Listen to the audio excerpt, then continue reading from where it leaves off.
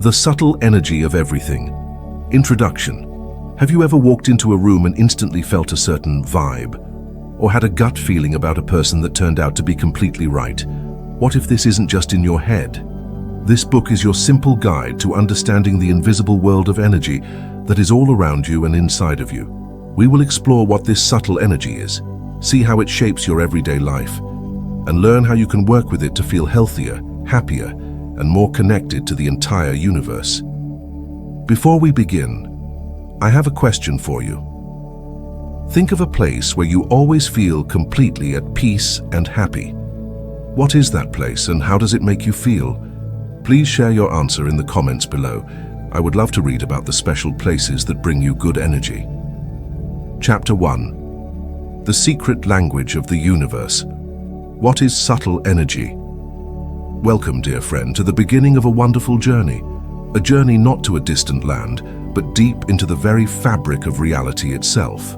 A journey into understanding the secret language of the universe, a language that is not spoken with words, but with feeling, with vibration, with energy. This is the language of subtle energy. It might sound like a complex or mystical term, but I promise you it is the simplest and most natural thing in the world. You already know this language. You have been speaking it your entire life without even realizing it. That gut feeling you had that told you not to trust someone, that was you reading their energy. That sense of pure joy you feel when you stand by the ocean, that is you connecting with the powerful, cleansing energy of nature. That feeling of warmth and love that fills you up when you hug someone you care about, that is the beautiful exchange of subtle energy. This book, and especially this first chapter, is all about making you conscious of this language. It is about taking what you have always known deep in your soul and bringing it into the light of your understanding. We are going to explore the simple, profound truth that everything, and I mean everything, is energy. The chair you are sitting on, the air you are breathing, the thoughts you are thinking, and the body you live in, it is all just energy, vibrating at different speeds. Think about it like this. Imagine music. You have very low, deep notes from a bass guitar, and you have very high, delicate notes from a flute. They are both music. They are both sound vibrations, but they feel completely different. One is heavy and grounding, the other is light and uplifting. The world of subtle energy works in a very similar way. The things we can see and touch, like a rock or a table, are like the deep bass notes. Their energy is vibrating very slowly, so it becomes dense and solid. We call this physical matter. But then there are the higher, faster vibrations. These are the energies of our thoughts, our emotions, our feelings, and our spirit. They are just as real as the rock, but they vibrate so quickly that we cannot see them with our eyes. We can only feel them with our hearts and our intuition. This is the realm of subtle energy. It is the invisible force that shapes our world from the inside out. You are a magnificent being of energy, a beautiful song in the orchestra of the universe. Your purpose is not just to exist, but to learn how to play your unique music with intention, with love, and with joy. This chapter is your first music lesson. We will start with the basics, learning to feel the rhythm of the universe and the melody of our own soul. For thousands of years, ancient cultures all across the world understood this fundamental truth. They may not have had the scientific instruments we have today, but they had something far more powerful, a deep, intuitive connection to the natural world.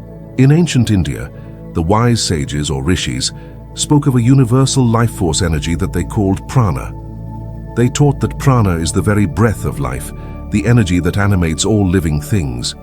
It flows through the universe and through our bodies, giving us vitality, health, and consciousness. They developed entire practices like yoga and pranayama, which are special breathing exercises, specifically to learn how to control and cultivate this prana within themselves. They knew that if your prana is strong and flowing freely, you will be healthy, happy, and spiritually connected. If your prana is weak or blocked, you will feel tired, sick, and disconnected from the world. It is that simple. The ancient yogis saw the entire cosmos as a dance of prana, a constant flow of energy, and they taught that the goal of life was to learn to dance in harmony with it. Across the globe in ancient China, the masters of traditional medicine and philosophy spoke of a very similar concept. They called it qi, or sometimes spelled qi. For them, qi was the vital energy that flows through everything in existence. They mapped out intricate pathways in the human body through which this qi flows, calling them meridians. The entire practice of acupuncture is based on this map. When a person is sick, an acupuncturist will insert tiny needles into specific points along these meridians to clear blockages and get the qi flowing smoothly again. They believed that all illness, whether it is in the body, the mind, or the spirit, is simply the result of a disruption in the flow of qi. They also developed practices like Tai Chi and Qigong, which are beautiful, slow-moving exercises designed to help people cultivate and balance their own qi. Like the yogis of India, the ancient Chinese masters knew that a person with strong, balanced qi would be resilient, calm, and full of life. They saw no separation between the body, the mind, and the spirit. They were all just different expressions of the same fundamental life force energy, the qi. These are just two examples, but you can find this same core understanding in almost every ancient tradition. The ancient Egyptians spoke of Ka and Ba, which were different aspects of the life force or soul. The Japanese have the concept of Ki, which is central to the healing art of Reiki. Native American traditions speak of the Great Spirit that lives in all things, a universal energy that connects every rock, every plant, every animal, and every human being. Even in the Western world, the ancient Greeks spoke of pneuma, which meant both breath and spirit. What is so amazing is that all of these cultures, separated by vast oceans and thousands of years, all came to the same fundamental conclusion. They all recognize that there is an invisible energy that gives life and consciousness to the universe. They gave it different names, and they developed different methods for working with it, but the essential truth remained the same. You are more than just a physical body. You are a being of light and energy, and you have the power to influence that energy to create a better life for yourself and for the world around you. You are the heir to this ancient wisdom. It is your birthright to understand and work with this incredible power that flows through you at every single moment. Now you might be thinking, this all sounds very beautiful and spiritual, but is there any basis for it in our modern scientific world? The answer is a resounding yes, and it is incredibly exciting. While mainstream science may still be catching up to the wisdom of the ancients, the discoveries of the last century, especially in the field of quantum physics, have completely shattered our old understanding of reality. For a long time, we were taught to see the world as a giant machine, made up of tiny, solid building blocks called atoms. We believed that everything was separate, and that the universe operated according to fixed, predictable laws. But then, scientists started looking closer at these atoms, and what they found turned everything on its head. They discovered that an atom, which we thought was a solid little ball, is actually almost entirely empty space. At the very center of this empty space is a tiny nucleus, and zooming around it are even tinier particles called electrons. But here is where it gets really strange. When scientists tried to pinpoint exactly where an electron was, they couldn't.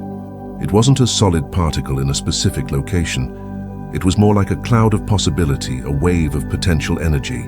It only collapsed into a specific point in space when someone tried to measure it when it was observed. This means that the very act of observing something changes it. This is one of the most mind-bending discoveries in all of science. It tells us that consciousness, the act of observing, is not separate from the physical world. It is intimately connected to it. It suggests that our awareness plays a role in shaping the reality we experience. This discovery alone is a huge bridge between science and spirituality. The ancient sages always taught that our consciousness creates our reality. Now, quantum physics is showing us the mechanics of how that might actually be true. Furthermore, one of the most famous equations in history, Albert Einstein's E=mc2, tells us something profound. It says that energy, E, and mass m, which is the stuff that physical things are made of, are actually two sides of the same coin. They are interchangeable. Mass is just a very concentrated, slow-moving form of energy. Everything that looks solid, the device you are listening to this on, your own body, is really just a magnificent, complex pattern of pure energy. It is all just light vibrating at a slower speed. So when the spiritual masters say that everything is energy, they are not just speaking in metaphors. They are describing the fundamental nature of the universe, a nature that our own best science is now beginning to confirm. You are not a solid, separate being living in a dead mechanical universe. You are a vibrant, dynamic field of energy, interconnected with everything else in a vast, intelligent, and conscious cosmic web. Let that truth sink in for a moment. Feel the power and the freedom in it. You are not a victim of circumstances. You are a creator, a shaper of energy. And the most powerful tools you have for shaping energy are your own thoughts and feelings. This brings us to one of the most important aspects of subtle energy, and that is the energy of your own consciousness. Your thoughts are not just little random firings in your brain. They are real, tangible pulses of energy that you are constantly sending out into the universe. Every single thought you have has a specific vibration. Think about how you feel when you have a loving, happy thought. Maybe you think about someone you love, or a beautiful memory. You can feel a sense of lightness, of expansion, of warmth in your body. This is the feeling of a high-frequency thought. Now think about how you feel when you have an angry or fearful thought. You feel a sense of contraction, of tightness, of heaviness. This is the feeling of a low-frequency thought. Your thoughts are literally creating a vibrational field around you, and this field acts like a magnet, attracting experiences and people that match its vibration.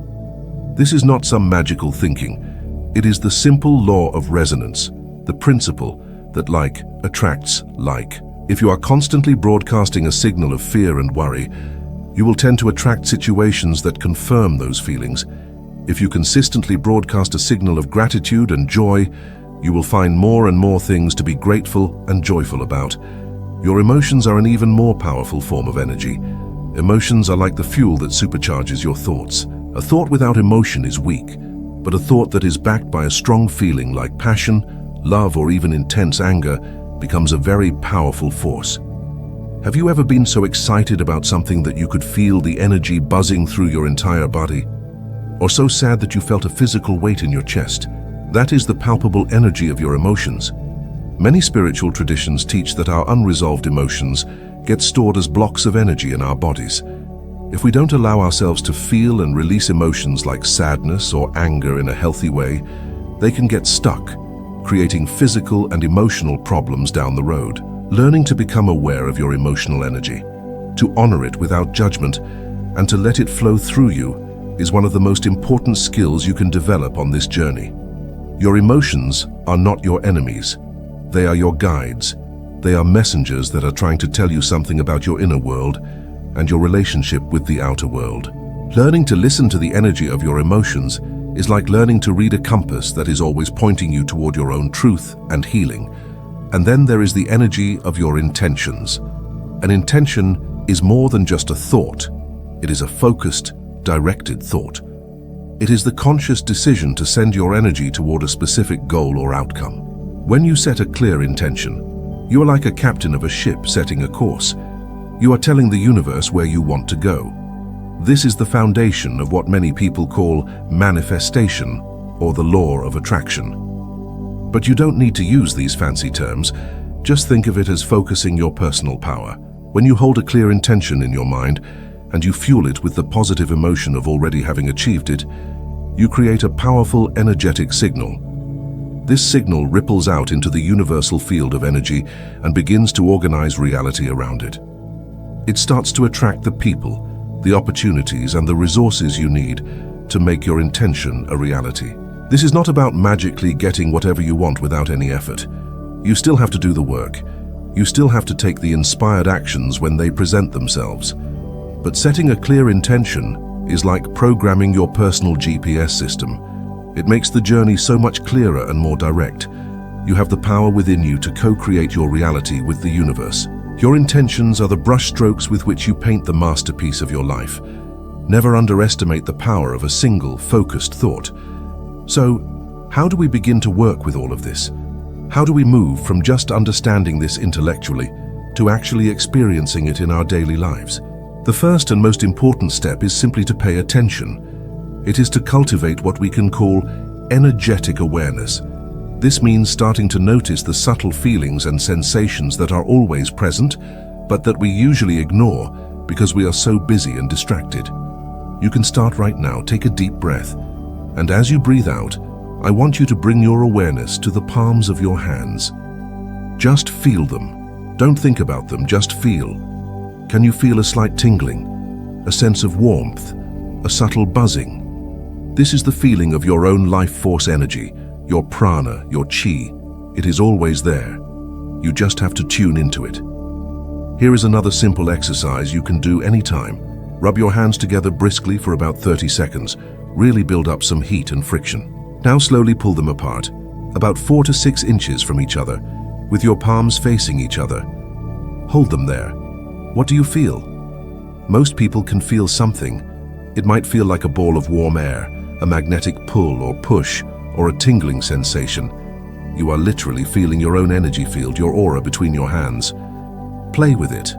Move your hands closer and further apart. Move them in circles. See if you can feel the shape and the texture of this energy. There is no right or wrong way to feel it.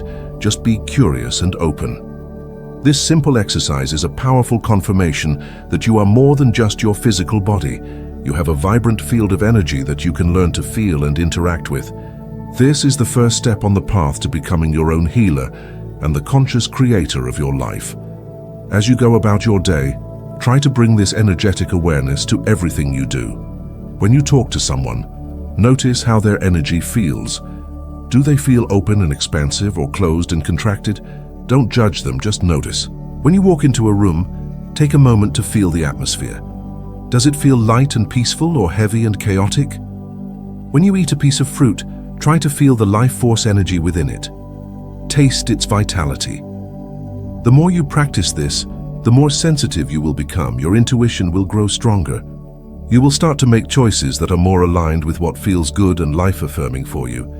You will naturally start to gravitate toward people, places, and activities that raise your vibration and move away from those that drain your energy. This is not about becoming overly sensitive or fearful of bad vibes. It is about becoming empowered. It is about learning to read the language of the universe so that you can navigate your life with more grace, more wisdom, and more joy. You are a sovereign being of energy. You have the right and the ability to choose what energies you allow into your life. Remember that this is a journey of self-discovery, and it is a gentle one. There is no need to force anything. The most important thing is to approach this exploration with a sense of childlike curiosity and wonder. Let go of the need to have it all figured out. Just be open to the possibility that there is more to reality than what you can see with your eyes. Be kind to yourself. Some days you will feel very connected and full of energy, and other days you might feel disconnected and flat. That is perfectly normal. It is all part of the natural ebb and flow of life. The key is to just keep showing up, to keep paying attention, and to keep choosing thoughts, feelings, and actions that nourish your soul. You are a spiritual being having a human experience, and that experience is all about learning and growing. You are here to remember the magnificent, powerful, and loving being of energy that you truly are. Everything you need to know is already inside of you, waiting to be rediscovered. Trust yourself. Trust your feelings. Trust the subtle whispers of your heart. They are speaking the secret language of the universe, and they will always guide you home. Chapter 2. Your personal energy bubble, the aura. In our last chapter, we opened the door to the incredible idea that everything in the universe is made of energy. We talked about how ancient cultures knew this as prana or chi, and how even modern science is starting to confirm that the world is not as solid as it seems. We learned that our own thoughts and feelings are powerful forms of energy that shape our reality. Now we are going to take that understanding and bring it a little closer to home. We are going to focus on you. Learning to listen to the energy of your emotions is like learning to read a compass that is always pointing you toward your own truth and healing. And then there is the energy of your intentions. An intention is more than just a thought. It is a focused, directed thought. It is the conscious decision to send your energy toward a specific goal or outcome. When you set a clear intention, you are like a captain of a ship setting a course. You are telling the universe where you want to go. This is the foundation of what many people call manifestation or the law of attraction. But you don't need to use these fancy terms. Just think of it as focusing your personal power. When you hold a clear intention in your mind, and you fuel it with the positive emotion of already having achieved it, you create a powerful energetic signal. This signal ripples out into the universal field of energy and begins to organize reality around it. It starts to attract the people, the opportunities, and the resources you need to make your intention a reality. This is not about magically getting whatever you want without any effort. You still have to do the work. You still have to take the inspired actions when they present themselves. But setting a clear intention is like programming your personal GPS system. It makes the journey so much clearer and more direct. You have the power within you to co-create your reality with the universe. Your intentions are the brushstrokes with which you paint the masterpiece of your life. Never underestimate the power of a single, focused thought. So, how do we begin to work with all of this? How do we move from just understanding this intellectually to actually experiencing it in our daily lives? The first and most important step is simply to pay attention. It is to cultivate what we can call energetic awareness. This means starting to notice the subtle feelings and sensations that are always present, but that we usually ignore because we are so busy and distracted. You can start right now. Take a deep breath, and as you breathe out, I want you to bring your awareness to the palms of your hands. Just feel them. Don't think about them, just feel. Can you feel a slight tingling, a sense of warmth, a subtle buzzing? This is the feeling of your own life force energy, your prana, your chi. It is always there. You just have to tune into it. Here is another simple exercise you can do anytime. Rub your hands together briskly for about 30 seconds. Really build up some heat and friction. Now slowly pull them apart, about 4 to 6 inches from each other, with your palms facing each other. Hold them there. What do you feel? Most people can feel something. It might feel like a ball of warm air, a magnetic pull or push, or a tingling sensation. You are literally feeling your own energy field, your aura between your hands. Play with it. Move your hands closer and further apart. Move them in circles. See if you can feel the shape and the texture of this energy. There is no right or wrong way to feel it. Just be curious and open. This simple exercise is a powerful confirmation that you are more than just your physical body. You have a vibrant field of energy that you can learn to feel and interact with. This is the first step on the path to becoming your own healer and the conscious creator of your life. As you go about your day, try to bring this energetic awareness to everything you do. When you talk to someone, notice how their energy feels. Do they feel open and expansive or closed and contracted? Don't judge them, just notice. When you walk into a room, take a moment to feel the atmosphere. Does it feel light and peaceful or heavy and chaotic? When you eat a piece of fruit, try to feel the life force energy within it. Taste its vitality. The more you practice this, the more sensitive you will become. Your intuition will grow stronger. You will start to make choices that are more aligned with what feels good and life-affirming for you. You will naturally start to gravitate toward people, places, and activities that raise your vibration and move away from those that drain your energy. This is not about becoming overly sensitive or fearful of bad vibes. It is about becoming empowered. It is about learning to read the language of the universe so that you can navigate your life with more grace, more wisdom, and more joy. You are a sovereign being of energy. You have the right and the ability to choose what energies you allow into your life. Remember that this is a journey of self-discovery, and it is a gentle one. There is no need to force anything. The most important thing is to approach this exploration with a sense of childlike curiosity and wonder. Let go of the need to have it all figured out. Just be open to the possibility that there is more to reality than what you can see with your eyes. Be kind to yourself.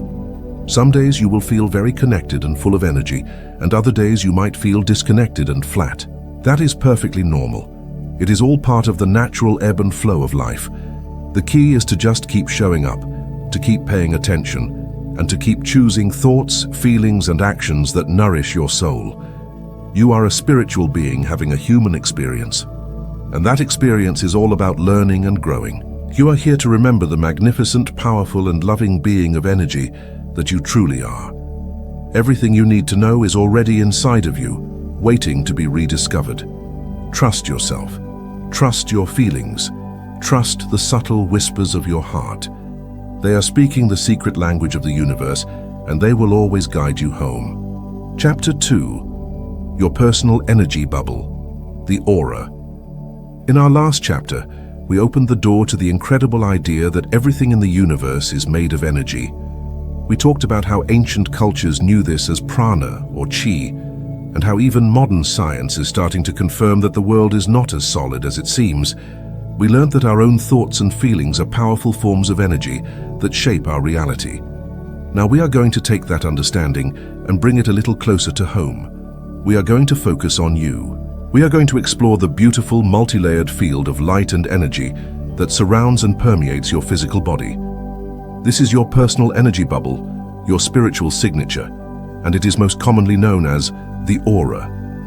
The idea of an aura might sound like something out of a fantasy novel, a glowing halo that only gifted psychics can see. But the truth is, the aura is a very real and natural part of who you are. It is your personal atmosphere, your energetic skin, and you don't need to be a psychic to feel it or to work with it. You are already interacting with it every single moment of every single day, whether you realize it or not. This chapter will be your personal guide to understanding your own aura. We will demystify it, making it simple and accessible. We will explore its different layers and what they mean for your health and well-being. And most importantly, we will learn simple, practical ways to sense, cleanse, and strengthen this vital part of yourself, so you can walk through the world feeling more protected, more vibrant, and more truly yourself. So what exactly is the aura? Imagine for a moment that your physical body is like a light bulb. The electricity flowing through the light bulb, making it shine, is your life force energy, your prana or chi. The light that radiates outwards from the bulb in all directions is your aura. It is an emanation of the life force energy that flows through you. It is a field of subtle energy that extends several feet out from your body in all directions, creating an egg-shaped bubble of light around you. This field is not static. It is a dynamic, ever-changing sea of color, light, and vibration that reflects your inner state in real time. It shows your thoughts, your feelings, your health, your strengths, and your challenges. Your aura is your spiritual diary, written in the language of energy. It contains the story of who you are, where you have been, and where you are going. It is the most honest part of you because it cannot lie. While you can hide your feelings behind a forced smile, your aura will always show your true emotional state. You are a walking, talking, broadcasting station of energy, and your aura is the signal you are constantly sending out to the world. And just as you are broadcasting your energy, you are also receiving the energy of others through your aura. It is your first line of contact with the world around you. Have you ever met someone for the first time and instantly felt comfortable and at ease with them, like you have known them for years? Or on the other hand, have you ever met someone and immediately felt a sense of distrust or discomfort, even if they were being perfectly polite? This is your aura in action. What you are experiencing is an energetic exchange. Your energy field is interacting with their energy field. When you feel that instant connection, it is often because your auras are in harmony. They are vibrating in a compatible way. When you feel that instant dislike or caution, it is your aura picking up on an energy that is dissonant or incompatible with your own. It is your personal energetic alarm system, and it is a very wise and reliable guide if you learn to listen to it. We have been taught to ignore these subtle feelings, to rely only on logic and what we can see. But in doing so, we have cut ourselves off from a huge source of wisdom and guidance. Learning to trust the feelings and information you receive through your aura is a huge step towards reclaiming your personal power and navigating the world with greater confidence and safety. Your intuition speaks to you through your aura. It is the whisper of your soul, and it always has your best interests at heart. To make it easier to understand, we can think of the aura as having several different layers or bodies of energy. These layers are all interconnected, and they all occupy the same space, but they each have their own unique frequency and function. Imagine a set of Russian nesting dolls, with the physical body being the smallest doll in the center. Each larger doll represents a different layer of the aura, extending further and further out. While some systems describe many layers, for our purposes, we will focus on the 4 main layers that are most relevant to our everyday experience. These are the etheric layer, the emotional layer, the mental layer, and the spiritual layer. Understanding these 4 layers can give you incredible insight into yourself and help you identify where imbalances in your life may be originating. Remember, what happens in these energetic layers eventually manifests in your physical body and your external life. By working on the energetic level, you can heal issues at their root before they become major problems. Let's start with the layer closest to your physical body. This is called the etheric body or the etheric layer. It usually extends about 1 to 2 inches out from your skin, and it is basically an energetic blueprint of your physical body. It holds the template for your organs, your tissues, and your cells. It is the vital life force matrix that keeps your physical body alive and healthy. The etheric body is directly connected to your physical sensations. When you feel that tingling in your hands, like we practiced in the last chapter, you are feeling your etheric layer. The health of this layer is directly tied to your physical health. If you have a strong, vibrant etheric body, your physical body will be full of vitality and will have a strong immune system. If the etheric body is weak, depleted, or has holes or tears in it, this can eventually manifest as physical illness or fatigue. Things like poor diet, lack of sleep, stress, and drugs can all weaken this vital layer. On the other hand, things like healthy food, fresh air, sunshine, and good sleep all help to nourish and strengthen the etheric body. This is why you feel so good after spending time in nature. You are literally absorbing the pure, vital energy from the earth and the sun, and your etheric body is drinking it in. Taking care of your physical body is the first and most important step to having a healthy aura. You cannot build a strong house on a weak foundation. Moving outwards, the next layer is the emotional body. This layer extends a few inches beyond the etheric layer, and as its name suggests, it is where you process and store your emotions. It is a fluid, flowing layer of energy that is constantly changing color and motion depending on how you are feeling.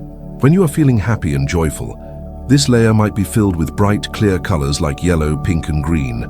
When you are feeling sad or angry, it might become filled with dark, murky, or chaotic colors like muddy brown, gray, or dark red.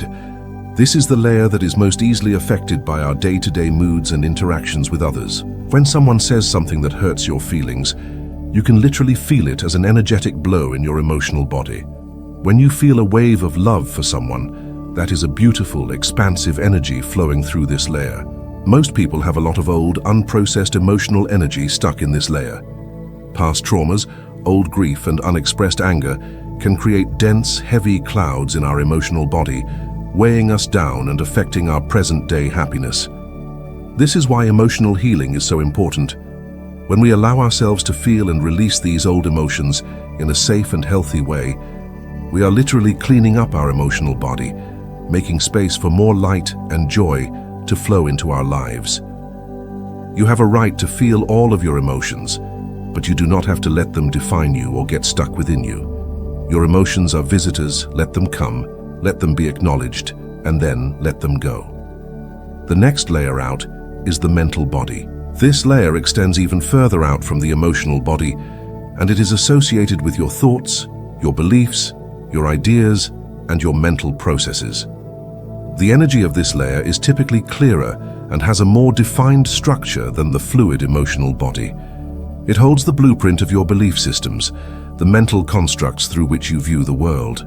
When your thoughts are clear, positive, and organized, your mental body will be bright, well-formed, and vibrant.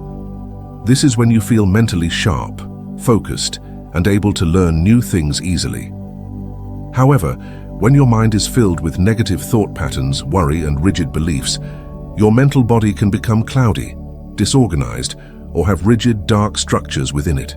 These negative thought forms can become like energetic cages, limiting your potential and preventing you from seeing new possibilities.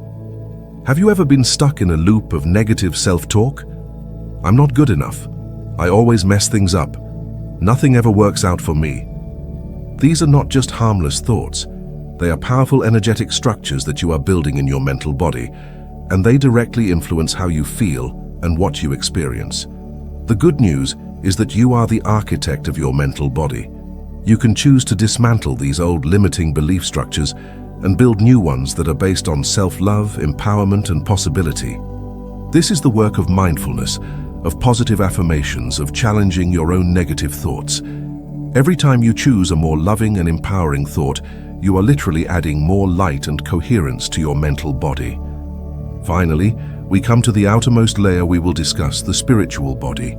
This layer extends several feet out from the physical body and connects you to the universal consciousness, to your higher self, and to the divine, whatever that means to you. It is the layer of your connection to all that is. It holds the energy of your highest potential, your life's purpose, and your unconditional love. When this layer is healthy and active, you feel a deep sense of connection, of peace, and of purpose. You feel guided and supported by a power greater than yourself. You feel a sense of oneness with all of life. Experiences like deep meditation, moments of awe in nature, or acts of selfless service can all help to expand and activate this beautiful layer of your aura. This is where you feel that unconditional love for yourself and for all other beings.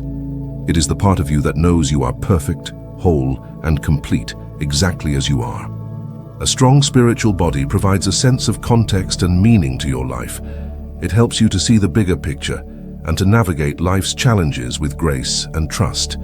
It is your direct line to the wisdom of the universe. Nurturing this layer is about creating quiet time for yourself, connecting with nature, practicing gratitude, and engaging in any activity that brings you a sense of peace and connection to something larger than your individual self.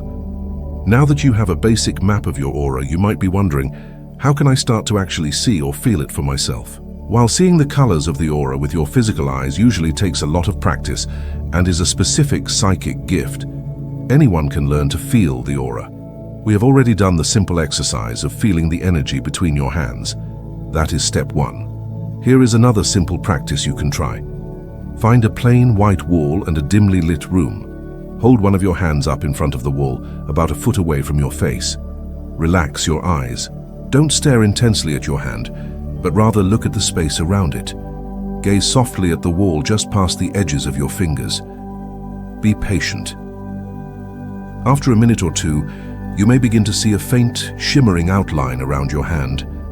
It might look like a pale, bluish-white light, or like the heat haze you see rising from the pavement on a hot day. This is your etheric body. The more you practice this, the clearer it may become. Don't get discouraged if you don't see anything at first.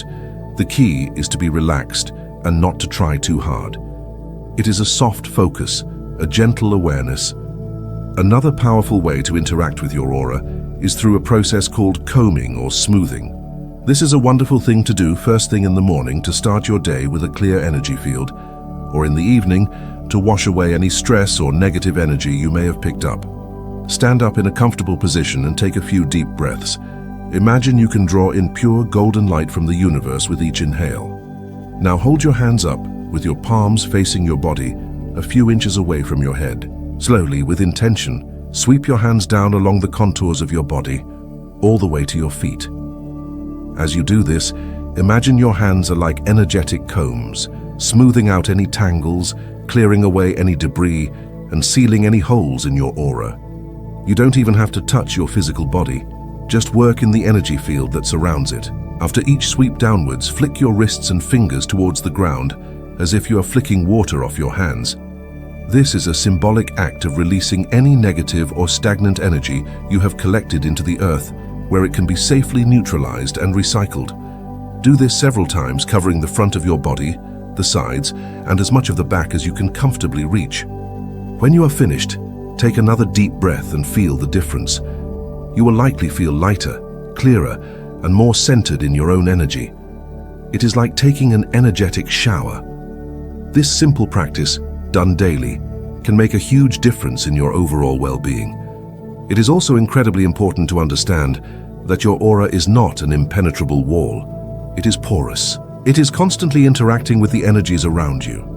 This is why you can feel drained after spending time in a crowded place or with a very negative person. You are literally picking up their heavy energy in your own field. This is not something to be afraid of. It is simply something to be aware of so you can take steps to protect your energy. One of the most powerful and simple ways to do this is through visualization. Your imagination is a powerful tool for directing energy. Before you go into a situation that you know might be challenging or draining, take a moment to protect your aura. Sit quietly for a minute, close your eyes and take a few deep breaths. Then imagine a beautiful bubble of brilliant white or golden light forming all around you. See this bubble extending out a few feet from your body in all directions, completely enclosing you. See it as a shield of divine light. Set the intention that this bubble of light is permeable to love, but impermeable to all forms of negativity. Know and feel that only energies of love and positivity can enter your space, and all lower energies are simply deflected off the surface of this shield. Hold this image in your mind for a moment, and really feel the sense of safety and protection it gives you. You can do this in just 30 seconds before you leave your house, before a difficult meeting, or any time you feel you need a little extra energetic support. This is you taking responsibility for your own energy, being a conscious guardian of your inner peace. Remember, having a healthy aura is not about being perfect. It is about awareness and maintenance. Just like you brush your teeth and shower every day to keep your physical body clean, it is important to develop simple daily practices to keep your energy body clean and clear. Spending time in nature is one of the best ways to cleanse your aura. The earth has a natural grounding energy that helps to pull out any stress or negativity from your field. Walking barefoot on the grass, leaning against a tree, or swimming in the ocean are all incredibly powerful ways to energetically reset yourself. Salt is another powerful cleansing agent. Taking a bath with Epsom salts or sea salt is a wonderful way to purify your aura after a long day. Sound can also be used to clear your energy field. The vibrations from things like singing bowls, bells, or chanting can break up stagnant energy in your aura, leaving you feeling refreshed and revitalized. The key is to find what works for you, what feels good and nurturing to your soul. Your energy body is just as important as your physical body. It deserves your love, your attention, and your care. When you take care of your aura, you will find that you have more energy. You feel more emotionally balanced, you think more clearly, and you feel more connected to the world around you in a positive way. You become a radiant beacon of light, shining your unique and beautiful energy out into the world. You are so much more powerful and magnificent than you have been led to believe. Your aura is the radiant proof of the divine light that you carry within. Honor it, nurture it, and let it shine brightly for all the world to see. Chapter 3. The Power Centers Within. An Introduction to the Chakras. In our journey so far, we have explored the vast and beautiful truth that everything is energy. We learned that this universal life force, known as prana or chi, flows through all of existence. We then brought our focus closer to home, discovering the personal energy field that surrounds each of us, our luminous aura, which acts as our spiritual skin and our interface with the world. We saw how the aura has different layers that correspond to our physical, emotional, and mental health. Now we are going to dive even deeper. We are going to move from the energy field that is around us to the powerful energy centers that are within us. If the aura is your personal atmosphere, then these centers are the power plants that generate that atmosphere. They are the intricate spinning vortexes of light and consciousness that govern every aspect of your life. These are the chakras. The word chakra is an ancient Sanskrit word that literally means wheel or disc, and that is a perfect way to imagine them, as spinning wheels of colored light located along the central channel of your body, from the base of your spine to the top of your head. These are not physical objects that a surgeon could find with a scalpel. They are part of your subtle energy body, the same body that gives rise to your aura. Think of them as spiritual organs. Just as your physical body has organs like the heart that pumps blood and the lungs that draw in air, your energy body has chakras that draw in universal life force energy from the world around you and distribute it throughout your system. They act like transformers, stepping down the high-frequency energy of the universe into specific frequencies that your body, mind, and spirit can use. Each chakra is a data center, a storage hub for all of your life experiences, your beliefs, your memories, and your emotions related to its specific function. They are the link between the world of pure energy and the world of physical matter. They are the bridges between your spirit and your body, between heaven and earth. Understanding this system is like being given a roadmap to your own inner world. It is a profound tool for self-diagnosis, for healing, and for personal growth. When you learn the language of your chakras, you learn the language of your soul. There are many chakras throughout the body, but in our exploration, we will focus on the 7 major chakras that are located along your spine. This is the primary system that most spiritual traditions and healing modalities work with. Each of these 7 centers corresponds to a specific area of your body, a specific gland in your endocrine system, a particular color, an element, and most importantly, a fundamental aspect of human consciousness and experience. From the most basic needs of survival to the highest states of spiritual connection, each chakra governs a different lesson that we are all here to learn.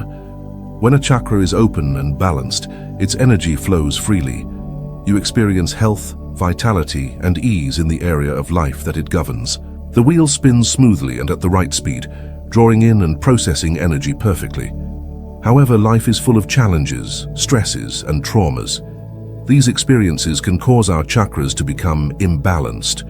They can become either blocked and underactive, like a clogged drain where the energy cannot flow through, or they can become overactive and excessive, like a fire hose that is out of control. When a chakra is imbalanced, it leads to problems, both subtle and obvious. These can manifest as physical ailments, emotional difficulties, limiting beliefs, and a general sense of being stuck in a certain area of your life. The beautiful thing about this system is that it empowers you. It tells you that you are not broken. You are not a victim of your circumstances. You simply have energy centers that are out of balance, and you have the power to bring them back into harmony.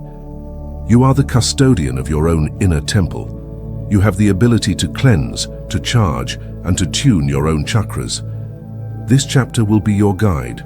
We will walk one by one through each of the 7 major chakras.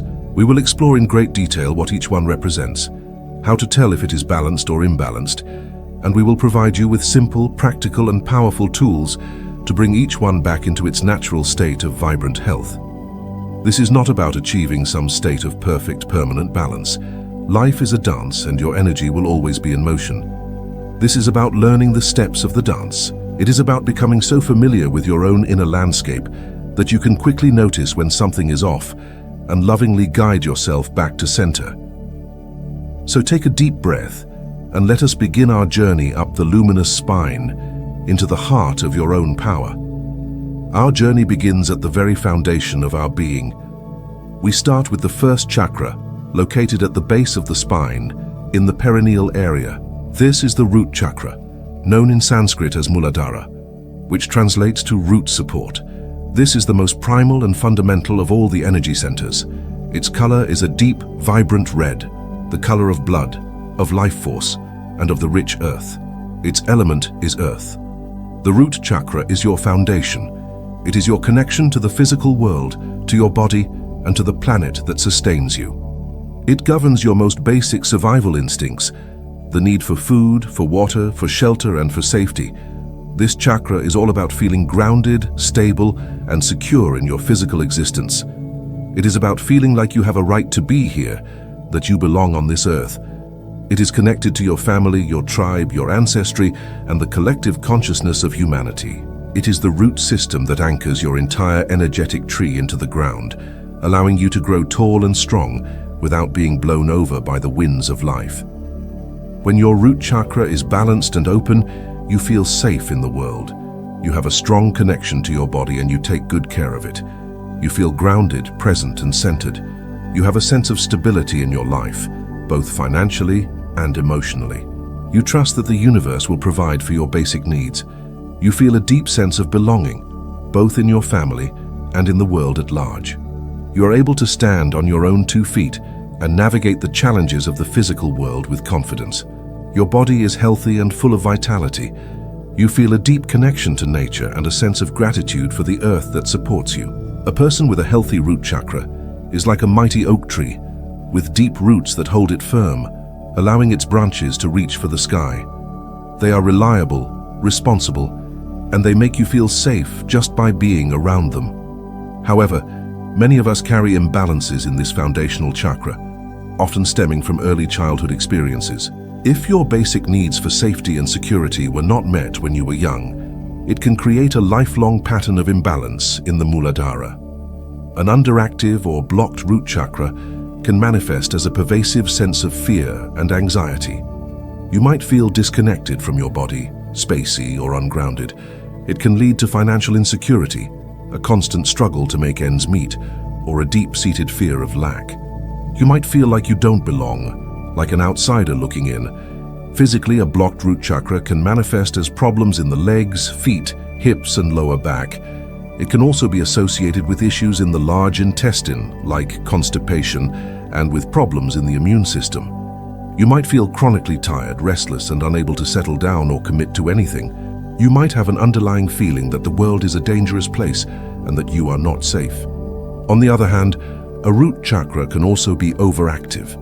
This happens when we become excessively attached to the physical world out of a deep fear of not having enough.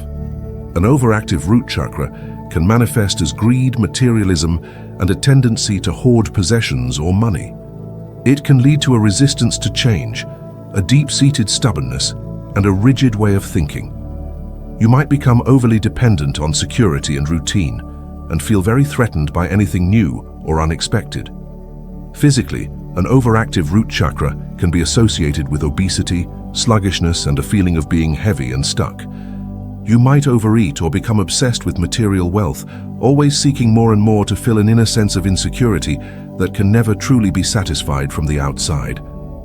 So how do we bring this vital chakra back into balance? The key is to reconnect with the element of earth. The most powerful and direct way to do this is through the practice of grounding, or earthing. This is as simple as taking off your shoes and socks and walking barefoot on the grass, the dirt, or the sand. The earth has a natural, subtle electrical charge that helps to balance our own energy field. When you place your bare feet on the ground, you are plugging yourself directly into this healing energy. You are allowing the earth to absorb any excess or chaotic energy from your system and to feed you with its stable, nurturing vibration. As you walk, really feel the sensation of the earth beneath your feet. Feel its solidity and its support. Imagine that you are a tree, and with every step, you are growing roots deep down into the center of the earth, anchoring you firmly in place. Just 10 to 15 minutes of this a day can have a profound effect on your sense of safety and stability. Physical movement is also crucial for healing the root chakra. Since this chakra governs your physical body, moving your body is one of the best ways to get its energy flowing. Activities like walking, jogging, hiking, or dancing are all wonderful. Yoga poses that connect you to the lower body, like the mountain pose, the warrior poses, or simply squatting, are particularly effective. Anything that brings your awareness into your legs and feet will help to strengthen your Muladhara. Taking care of your physical body is an act of love for your root chakra. This means eating nourishing foods, especially root vegetables like carrots, potatoes, and beets, which grow deep in the earth and carry its grounding energy. It means getting enough sleep and creating a home environment that feels safe, comfortable, and stable for you. Surrounding yourself with the color red can also be helpful. You can wear red clothes, eat red foods like apples and tomatoes, or simply visualize a spinning ball of vibrant red light at the base of your spine, cleansing and revitalizing this energy center. And finally, you can use the power of sound. The seed sound or mantra for the root chakra is Lam. You can sit quietly and chant this sound out loud, feeling the vibration resonate in the lower part of your body. As you do, repeat affirmations of safety and belonging, such as, I am safe and secure. I am grounded and stable. The earth supports me. I have a right to be here. By consciously engaging in these practices, you are rewriting the old stories of fear and lack and building a powerful, unshakable foundation for your entire life. From the stable foundation of the earth, we now move up to the second chakra, the sacral chakra. Its Sanskrit name is Svadhisthana, which means one's own place or sweetness. Located in the lower abdomen, about 2 inches below the navel, this is the center of our emotional world, our creativity, and our sensual pleasure. Its color is a vibrant, warm orange, the color of a sunset or a ripe mango. Its element is water. If the root chakra is about the solid earth, the sacral chakra is about the fluid, flowing nature of water. This is the home of your feelings, your passions, your desires, and your ability to experience life through your senses. It governs your creativity, not just in an artistic sense, but in the grand sense of creating your life. It is also the center of your sexuality and your ability to form intimate and healthy relationships with others. The Svadhisthana is all about movement, change, and going with the flow of life. It is the energy that allows you to feel, to desire, and to create. When your sacral chakra is balanced, you have a healthy relationship with your emotions. You are able to feel them fully without being overwhelmed by them. You allow them to flow through you like water, acknowledging their message and then letting them go. You feel emotionally stable and are able to form deep, meaningful, and respectful connections with others. You have a healthy and joyful relationship with your own sexuality and sensuality. You take pleasure in the simple joys of life, a delicious meal, a beautiful piece of music, the feeling of the sun on your skin. Your creative juices are flowing. You feel inspired, passionate, and able to express yourself freely and authentically. You are adaptable and flexible, able to navigate the inevitable changes of life with grace and ease. A person with a balanced sacral chakra is a joy to be around. They are warm, passionate, and they radiate a sense of playful creativity that is infectious. Imbalances in the sacral chakra are very common in our society, which often teaches us to suppress our emotions and to feel guilty about pleasure. An underactive or blocked sacral chakra can manifest as a fear of pleasure and a general lack of passion or excitement for life. You might feel emotionally numb, disconnected from your feelings, or unable to express them. Creativity can feel like a huge struggle, leading to writer's block or a general sense of being uninspired. You may suffer from low libido or have a deep-seated fear of intimacy. You might feel rigid, stiff, and resistant to change, always trying to control everything. Physically, a blocked Svadhisthana can lead to problems in the lower back, hips, and pelvic area. It can also be associated with issues in the reproductive organs, the kidneys, and the bladder. You might feel a general sense of boredom or emptiness, as if the color has been drained from your life. Conversely, an overactive sacral chakra can lead to being completely ruled by your emotions. You might experience extreme emotional highs and lows, becoming a drama queen or king. You might become overly dependent on others for your happiness, forming unhealthy attachments and codependent relationships. An overactive sacral chakra can also lead to addictive behaviors, as you constantly seek external sources of pleasure to fill an inner void. This could be addiction to food, sex, shopping, or substances. You might have a lack of personal boundaries, either sharing too much too soon or constantly invading the emotional space of others. You are like a boat without a rudder, tossed about on the stormy seas of your own unprocessed emotions. To bring the sacral chakra back into its sweet, flowing balance, we must connect with its element, water. Spending time near water is incredibly healing. Swimming in a lake or the ocean, taking a warm bath, or even just listening to the sound of a flowing river can help to soothe and balance this energy center. Adding some Epsom salts and a few drops of an essential oil like ylang ylang or sandalwood to your bath can be a beautiful ritual of self-love and pleasure. The key is to allow yourself to simply be with the water, to feel its fluid, cleansing energy, washing away any emotional blockages. Another powerful way to heal this chakra is to engage in creative expression. This doesn't mean you have to be a great artist. It just means finding an outlet for your inner world. This could be painting, drawing, writing in a journal, dancing, singing, playing an instrument, or even something like gardening or cooking. The act of creation is a direct channel for the energy of the sacral chakra.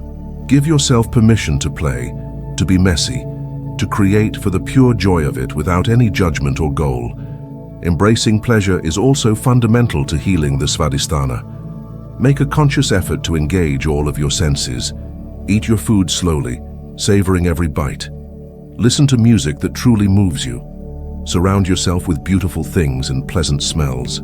Give and receive healthy, nurturing touch, whether it's a hug from a friend or a professional massage. You are allowed to feel good. Pleasure is your birthright. It is the fuel for a joyful and vibrant life. Surrounding yourself with the color orange can also help to stimulate this chakra. Wear orange clothes, eat orange foods like oranges, carrots, and sweet potatoes, or visualize a warm, glowing orange light filling your lower abdomen. The seed sound for the sacral chakra is VAM. You can chant this sound and feel the vibration in your pelvic area, gently loosening any stuck energy. As you do, use affirmations that honor your emotional and creative nature, such as, I allow my emotions to flow freely and peacefully. I embrace pleasure and abundance. I am a creative being. It is safe for me to feel. By nurturing your sacral chakra, you are giving yourself permission to feel, to create, and to fully enjoy the sweet and beautiful dance of life. Moving upward from the waters of emotion, we arrive at the third chakra, the solar plexus chakra. In Sanskrit, it is called Manipura, which beautifully translates to lustrous gem or city of jewels. Located in the upper abdomen, right behind the stomach area, this is your personal power center. Its color is a brilliant, radiant yellow like the sun. Its element is fire. This is the engine of your personality, your ego, and your individual identity. It is the source of your willpower, your self-esteem, your confidence, and your ability to take action and make things happen in the world. If the root chakra is about being, and the sacral chakra is about feeling, the solar plexus chakra is all about doing. It governs your sense of self, your autonomy, and your ability to set boundaries. It is the fire within you that digests not only food, but all of your life experiences, transforming them into wisdom and personal power. When your solar plexus chakra is balanced, you have a strong and healthy sense of self. You know who you are and you feel confident in your abilities. You have a high level of self-esteem and you respect yourself and others. You are able to set clear boundaries and to say no when you need to without guilt. You are disciplined, determined, and you have the willpower to follow through on your goals and intentions. You feel a sense of purpose, and you are not afraid to take risks and step out of your comfort zone. You are the leader of your own life, taking full responsibility for your choices and actions. A person with a balanced Manipura radiates a quiet confidence and a warmth that draws others in. They are reliable, capable, and they have a can-do attitude that is inspiring. They have a healthy fire within them, a passion for life that is both powerful and controlled. Many people struggle with imbalances in this chakra, often due to criticism, bullying, or authoritarian upbringing that undermine their sense of self-worth. An underactive or blocked solar plexus chakra results in low self-esteem and a feeling of powerlessness. You might have trouble making decisions, constantly second-guessing yourself. You may be very passive, allowing others to walk all over you because you are afraid to stand up for yourself. You might feel like a victim of circumstances, blaming others for your problems, and feeling like you have no control over your life. A lack of willpower and self-discipline is a classic sign of a blocked Manipura. You might start projects with enthusiasm, but never seem to be able to finish them. Physically, a blocked third chakra can manifest as digestive issues, such as indigestion, ulcers, or irritable bowel syndrome. It can also be related to problems with the liver, pancreas, and adrenal glands, often leading to chronic fatigue. On the other side of the spectrum, an overactive solar plexus chakra can turn a healthy confidence into arrogance and aggression. You might become overly controlling, needing to dominate every situation and every person around you. You might be very competitive, stubborn, and have a my way or the highway attitude. An overactive Manipura can lead to being a workaholic, always needing to be busy and productive to prove your worth.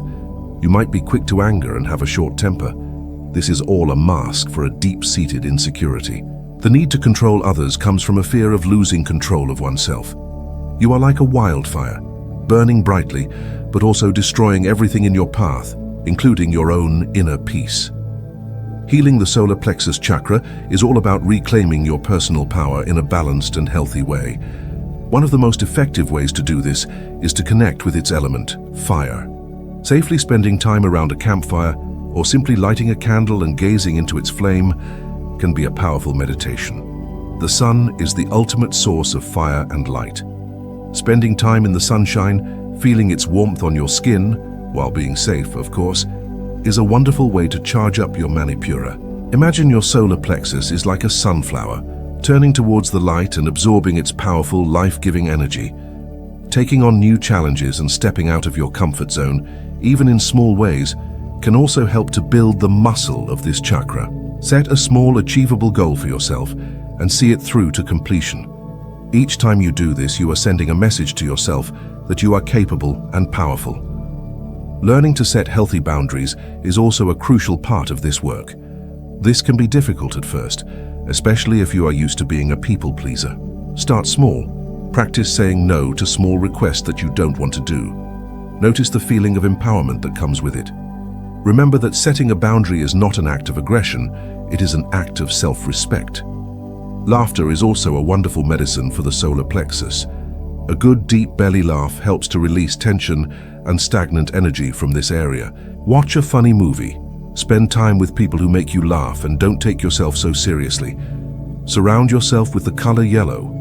Eat yellow foods like bananas, lemons, and corn.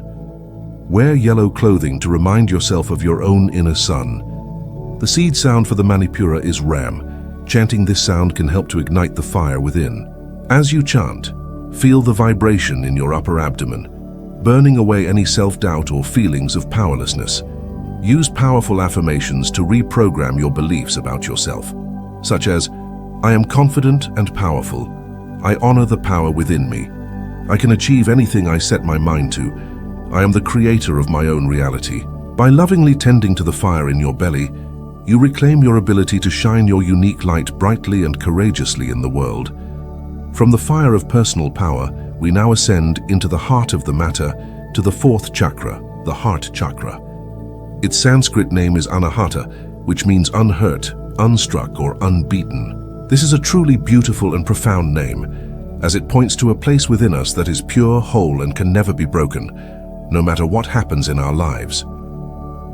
Located in the center of your chest, the heart chakra is the bridge between the lower three chakras, which are more related to the physical and personal aspects of ourselves, and the upper three chakras, which are related to the spiritual and transpersonal.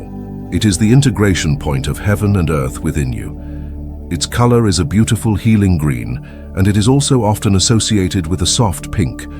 Its element is air. The heart chakra is the center of love, compassion, forgiveness, and connection. This is not just about romantic love, but about unconditional love, the ability to love yourself, to love others, and to love all of life without condition. It is the home of empathy, of kindness, and of peace. When your Anahata chakra is open and balanced, you are a source of love and warmth in the world. You are able to give and receive love freely and without fear. You have a deep sense of compassion for yourself and for all living beings. You are able to forgive others and, perhaps more importantly, to forgive yourself for past mistakes. You feel a deep sense of connection to the people around you, to nature and to the divine. You live in a state of gratitude and appreciation for the beauty of life. You are kind, generous, and empathetic. Your relationships are healthy, loving, and based on mutual respect. You feel a sense of inner peace and contentment that is not dependent on external circumstances. A person with a balanced heart chakra is a natural healer. Their very presence can be soothing and uplifting to others. They live from a place of authenticity and vulnerability, knowing that true strength lies in an open heart.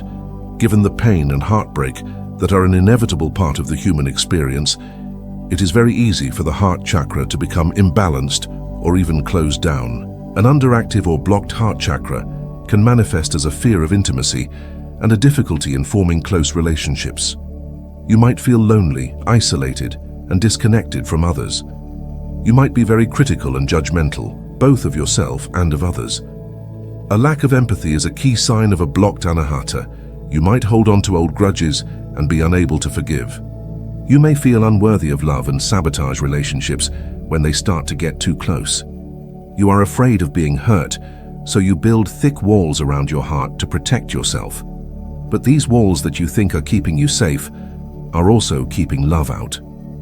Physically, a blocked heart chakra can be associated with issues in the heart, lungs, and circulatory system. It can also relate to problems in the shoulders, arms, and hands, and with the thymus gland, which is a key part of the immune system. An overactive heart chakra, on the other hand, can lead to a complete lack of boundaries in your relationships. You might give so much of yourself to others that you become depleted and resentful. You might lose your own identity in your relationships, always putting the needs of others before your own. This is often mistaken for unconditional love, but it is actually a form of codependency, born from a fear of not being loved if you don't constantly give. You might become overly emotional, jealous, and possessive. You love so hard that you smother the people around you. Your love is not freeing, it is clinging and demanding. This comes from a place of needing external validation to feel worthy of love. Healing the heart chakra is a gentle and courageous journey back to love. The first and most important step is the practice of self-love. You cannot give to others what you do not have for yourself. Make time for self-care. Speak to yourself with the same kindness and compassion that you would offer to a dear friend. Look in the mirror and say, "I love you." It might feel silly at first, but it is a powerful practice. Forgiveness is another essential key. Write a letter to someone who has hurt you, expressing all of your feelings, and then safely burn it as a ritual of release. You are not forgiving them for their sake, you are doing it for yours, to free yourself from the heavy energy of resentment. Then turn that forgiveness inward. Forgive yourself for the times you have made mistakes or hurt others. You did the best you could with the awareness you had at the time. Connecting with the element of air is deeply healing for the anahata. Practice deep breathing exercises or pranayama. Imagine that with every inhale you are breathing in pure, green, healing light into your heart center. And with every exhale, you are releasing any old sadness, grief, or pain. Spending time in nature, surrounded by the green of the trees and the freshness of the air, is a balm for the soul. The practice of gratitude is also a powerful heart opener. Every day, make a list of 3 to 5 things you are grateful for. This simple act shifts your focus from what is lacking to the abundance that is already present in your life. Acts of kindness and service, done without any expectation of reward, are also a beautiful way to get the energy of the heart flowing. Surround yourself with the colors green and pink. Eat plenty of green leafy vegetables. The seed sound for the heart chakra is yam. Chanting this sound can help to gently open and expand the energy in your chest. As you do, hold your hands over your heart and repeat affirmations of love and compassion such as, "I am open to giving and receiving love. I love and accept myself completely. I live in a state of grace and gratitude. My heart is healed and whole." Healing your heart is the greatest gift you can give not only to yourself, but to the entire world. For a world filled with open-hearted people is a world filled with peace. Chapter 4. You are what you think. The energy of thoughts and emotions. We have now journeyed through the first 4 foundational power centers within your subtle body. We explored the grounding earth of the root chakra, the flowing waters of the sacral chakra, the transformative fire of the solar plexus, and the expansive air of the heart chakra. We have seen how these energy centers are the inner machinery that shapes our experience of safety, creativity, personal power, and love. But what is it that fuels this machinery? What is the electricity that runs through these power plants, causing them to spin brightly or to sputter and dim? The answer is both incredibly simple and profoundly powerful. The energy that fuels your chakras and paints the colors of your aura, the energy that ultimately creates the reality you experience, is the energy of your own thoughts and emotions. This chapter is dedicated to this fundamental truth. We are going to dive deep into the invisible but potent world of your inner landscape. We will discover that your thoughts are not just passive, random events happening inside your skull. They are real, tangible pulses of energy. Your emotions are not just inconvenient reactions to life. They are a sophisticated guidance system constantly giving you feedback. You are a creator, you are a spiritual alchemist, and your thoughts and emotions are the raw materials with which you sculpt your life. For centuries, mystics and sages have told us that our inner world creates our outer world. As you think, so you shall be. The universe is a mental construction. These were once considered purely spiritual or philosophical ideas, but now, our own modern science is beginning to catch up to this ancient wisdom. Fields like quantum physics, which we touched on in our first chapter, have shown us that the universe is not a fixed, solid machine.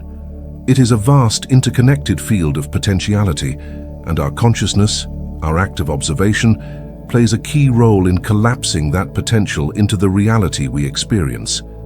On a more biological level, the field of neuroscience has revealed the incredible concept of neuroplasticity. This means that your brain is not a static, fixed organ. It is constantly changing, rewiring itself, and forming new connections based on your repeated thoughts, feelings, and behaviors. Every time you have a thought, you are firing a set of neurons. The more you think that thought, the stronger that neural pathway becomes. This is how habits and beliefs are formed. You literally have the power to change the physical structure of your brain by consciously choosing what you focus on. This is science confirming that you can, quite literally, change your mind. Let's explore this with a powerful metaphor that has been studied, though it remains controversial in the scientific community, by the Japanese researcher, Dr. Masaru Emoto. Dr. Emoto conducted experiments where he would expose samples of water to different words, thoughts, pictures, or music. He would then freeze the water samples and photograph the ice crystals that formed. What he found was astonishing. The water that was exposed to positive, loving words and intentions, like thank you and love, formed beautiful, intricate, and symmetrical snowflake-like crystals. They were stunningly beautiful. The water that was exposed to negative, hateful words and intentions like, I hate you and you fool, formed distorted, chaotic, and ugly-looking crystals, or failed to form crystals at all. Now, consider this. Your physical body is made up of about 60 to 70% water. Imagine what the energy of your own thoughts and feelings is doing to the water within your own cells. When you are constantly thinking thoughts of self-criticism, fear, and anger, you are creating a chaotic, dissonant environment within your own body. When you cultivate thoughts of love, gratitude, and compassion, you are creating a beautiful, harmonious, and coherent environment within your body. This is the foundation of health. Your thoughts and emotions are the architects of your inner temple. You are constantly shaping your own cellular structure with the quality of your consciousness. To understand this more clearly, let's go back to the idea of vibration. Everything is energy, and all energy vibrates at a certain frequency. High-frequency vibrations are associated with expansion, lightness, and health. Low-frequency vibrations are associated with contraction, density, and dis-ease. Your thoughts and emotions are no different. They each have their own unique vibrational signature. Emotions like love, joy, gratitude, and peace vibrate at a very high frequency. They feel light and expansive in your body for a reason. They are literally raising the vibration of your entire being. Thoughts and emotions like fear, anger, guilt, and shame vibrate at a very low frequency. They feel heavy and contracting in your body because they are lowering your vibration. Your overall state of being, your vibe, is the average frequency of your dominant thoughts and feelings. This vibrational state is what you are broadcasting out into the universe through your aura. And according to the universal law of resonance, which states that, like attracts like, you will naturally attract people, situations, and experiences that match your dominant vibration. This is not a punishment or a reward. It is simply physics. If you are tuned to a specific radio station, you will only hear the music that is broadcast on that frequency. If you want to hear different music, you have to change the station. If you want to experience a different reality, you have to change your inner frequency. And you do that by changing the way you think and feel. Let's begin with the energy of thoughts. It is estimated that the average person has over 60,000 thoughts per day. That is a staggering amount of mental activity. And for most people, the vast majority of these thoughts are repetitive, unconscious, and often negative. They are the same old worries, the same old judgments, the same old fears playing on a loop day after day. These thoughts are not harmless. Each one is a little command, a little prayer that you are sending out to the universe. A thought by itself is a relatively weak pulse of energy, but a thought that you think over and over again becomes a belief, and a belief is a very powerful, organized structure of energy in your mental body. A belief acts like a filter for your perception of reality. If you have a core belief that life is hard, you will literally be scanning your environment for evidence to prove that belief is true. You will notice all the struggles, all the setbacks, all the difficulties. You will completely overlook all the evidence of ease, grace, and support that is also present. Your belief doesn't just color your perception, it actually helps to create your experience. The most important relationship you will ever have is the relationship with your own mind. Is your mind your best friend or your worst enemy? Does it support you, encourage you, and lift you up? Or does it criticize you, doubt you, and tear you down? For many of us, our own inner critic is the harshest voice we ever hear. We would never dream of speaking to a friend the way we often speak to ourselves. This constant stream of negative self-talk is one of the most destructive forces in our lives. It drains our energy, erodes our self-esteem, and keeps us playing small. The first step to changing this, the absolute foundation of all inner work, is to become aware of it. You cannot change a pattern that you do not know exists. This is the practice of mindfulness. Mindfulness is not about stopping your thoughts or emptying your mind. That is impossible. The mind is designed to think. Mindfulness is about changing your relationship to your thoughts. It is about stepping back and becoming the observer of your mind, rather than being completely identified with it. You can practice this right now. Close your eyes for a moment and just listen to the thoughts that are running through your head. Don't judge them, don't try to change them, don't get caught up in their stories. Simply watch them as if you were sitting on a riverbank, watching leaves float by on the water. A thought about your to-do list floats by. A memory from the past floats by. A worry about the future floats by. Just watch. Notice that you are not your thoughts. You are the awareness behind the thoughts. You are the silent, spacious presence that is aware of the thinking. This simple shift in perspective is the beginning of true freedom. When you can observe your thoughts without being consumed by them, you realize you have a choice. You don't have to believe every thought that pops into your head. You can choose which thoughts to engage with and which ones to simply let float by. This is the first step in taking back your power from the conditioned, automatic mind. Once you have developed this muscle of awareness, you can begin to actively work on changing your thought patterns. One powerful technique is called pattern interruption. When you catch yourself in a loop of negative thinking or self-criticism, you can do something to interrupt the pattern. You can literally say out loud or in your mind the word stop. You can visualize a big red stop sign. You can even gently snap a rubber band on your wrist. This simple act breaks the trance of the negative thought and gives you a moment of space to choose a different one. This brings us to the next tool, which is reframing. Reframing means consciously choosing to find a more empowering perspective on a situation. Let's say you make a mistake at work. The old automatic thought pattern might be, "I'm such an idiot, I always mess things up." This thought just makes you feel powerless and ashamed. To reframe it, you could choose to think, "Okay, that didn't go as planned. What can I learn from this experience so I can do better next time?" Can you feel the energetic difference between those two thoughts? The first one is a dead end. The second one is an open door to growth and learning. You have the power in every moment to choose the story you tell yourself about your life. Choose stories that empower you, not ones that defeat you. Another well-known but often misunderstood tool is the use of positive affirmations. An affirmation is a positive statement that you repeat to yourself to help reprogram your subconscious mind. However, just mindlessly repeating, "I am wealthy," when you are deeply in debt and feeling terrified about money is not going to work. Your subconscious mind will just reject it because the emotional gap is too big. The key to effective affirmations is to make them believable and to feel the emotion behind them. So instead of, "I am wealthy," you might start with something that feels more true, like, "I am open to receiving new streams of income," or "I am getting better at managing my money every day." As you say the affirmation, try to actually feel the feeling of what it would be like to have that be true. Feel the sense of relief, of security, of freedom.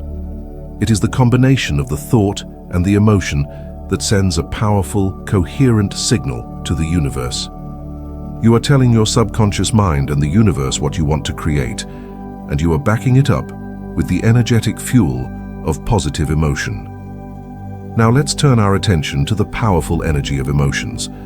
If thoughts are the blueprint, emotions are the builders.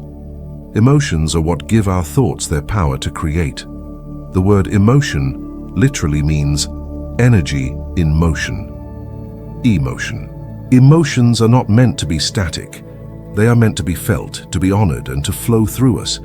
Our society has labeled certain emotions as good, like happiness and love, and others as bad, like anger, sadness, and fear.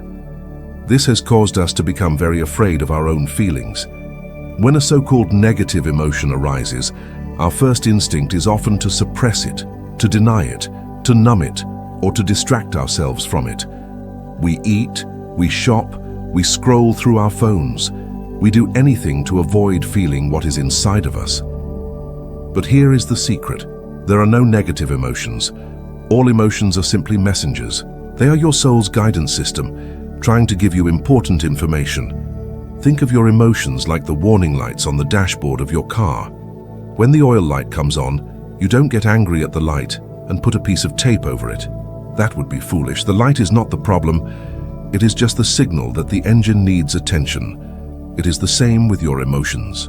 An uncomfortable emotion like anger, fear, or sadness is simply a signal that something inside of you needs attention. It is a sign that your thoughts are out of alignment with your true self, or that one of your fundamental needs is not being met. When you learn to listen to the messages of your emotions instead of running away from them, they become your greatest allies on the path of growth. Let's look at some of these so-called negative emotions and uncover their hidden wisdom. Let's start with anger. Anger often gets a bad rap, but it is an incredibly important emotion. The message of anger is usually that a boundary has been violated or that an injustice has occurred.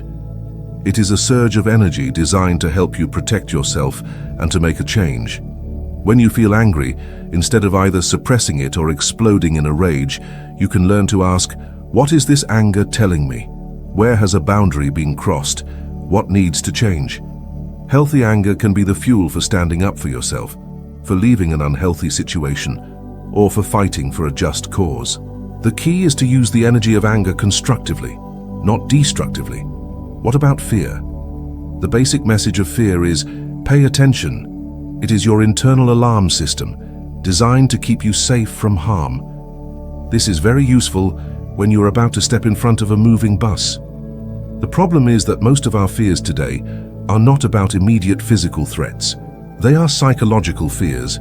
The fear of failure, the fear of rejection, the fear of not being good enough.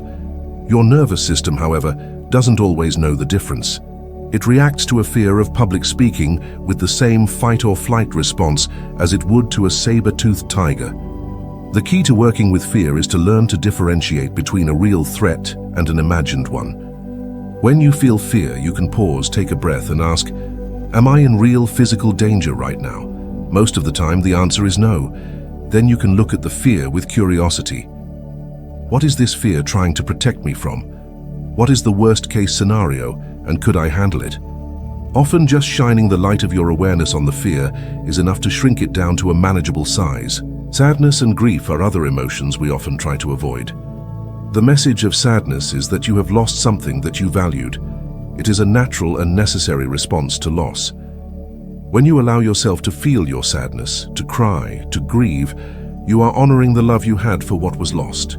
This is a deeply healing process. It is like a cleansing rain for the soul. When we refuse to feel our sadness, it gets stuck in our energy field, creating a heavy, depressive energy that can linger for years.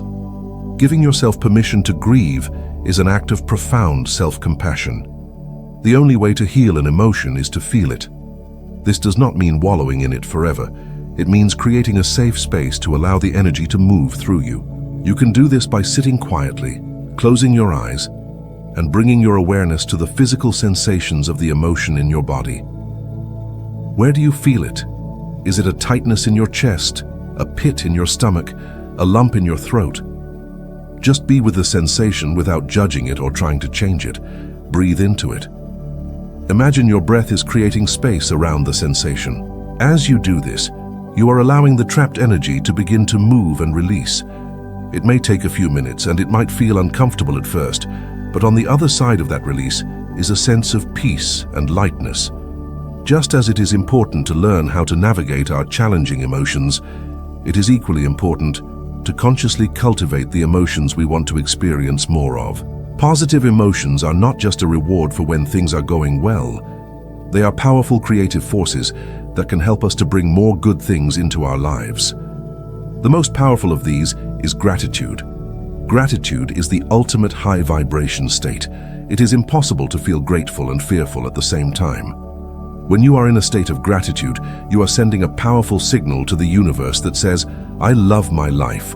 Send me more things to be grateful for. And the universe, according to the law of resonance, will respond in kind. The simplest way to cultivate gratitude is to start a daily gratitude practice. Every morning or every evening, write down 3 to 5 things that you are genuinely grateful for. They don't have to be big things. It could be the warmth of your bed, the taste of your morning coffee, a smile from a stranger, the fact that you are breathing. As you write them down, really try to feel the feeling of gratitude in your heart. This simple practice, done consistently, can literally rewire your brain to look for the good in your life, transforming your entire experience of reality. And then there is love, the most powerful and fundamental energy in the universe. We often think of love as something we get from others, but the true source of love is within you. The practice of cultivating self-love is the foundation for a happy life and healthy relationships. This means treating yourself with kindness, forgiving yourself for your mistakes, and celebrating your unique gifts. A beautiful way to cultivate the energy of love is through a practice called loving kindness meditation. You can sit quietly and repeat a series of phrases, first directed towards yourself, such as, "May I be happy, may I be healthy, may I be safe, may I live with ease." Then you can gradually extend these wishes out to a loved one, a neutral person, a difficult person, and eventually to all living beings everywhere. This practice helps to open the heart and expands your capacity to both give and receive love. You are the alchemist of your own consciousness. You have the power in every moment to take the lead of a negative thought and transform it into the gold of a new, empowering perspective. You have the ability to feel the fire of a difficult emotion and use its energy to purify and strengthen you, rather than to burn you. This is the great work of being human. It is not about being positive all the time or never feeling a bad emotion. It is about becoming conscious. It is about taking loving command of your inner world, knowing that it is the fertile ground from which the garden of your life will grow. Be patient with yourself. This is a practice, not a destination. But with each conscious breath, with each chosen thought, with each honored emotion, you are reclaiming your power as the creator of your reality. You are remembering the magnificent truth that the universe is not something that is happening to you. It is something that is happening through you and as you. And the tools you use to shape it are the powerful energies of your own heart and mind. Chapter 5. Good vibes, bad vibes, the energy of places and people. We have spent the last few chapters on a deep dive into your own inner universe.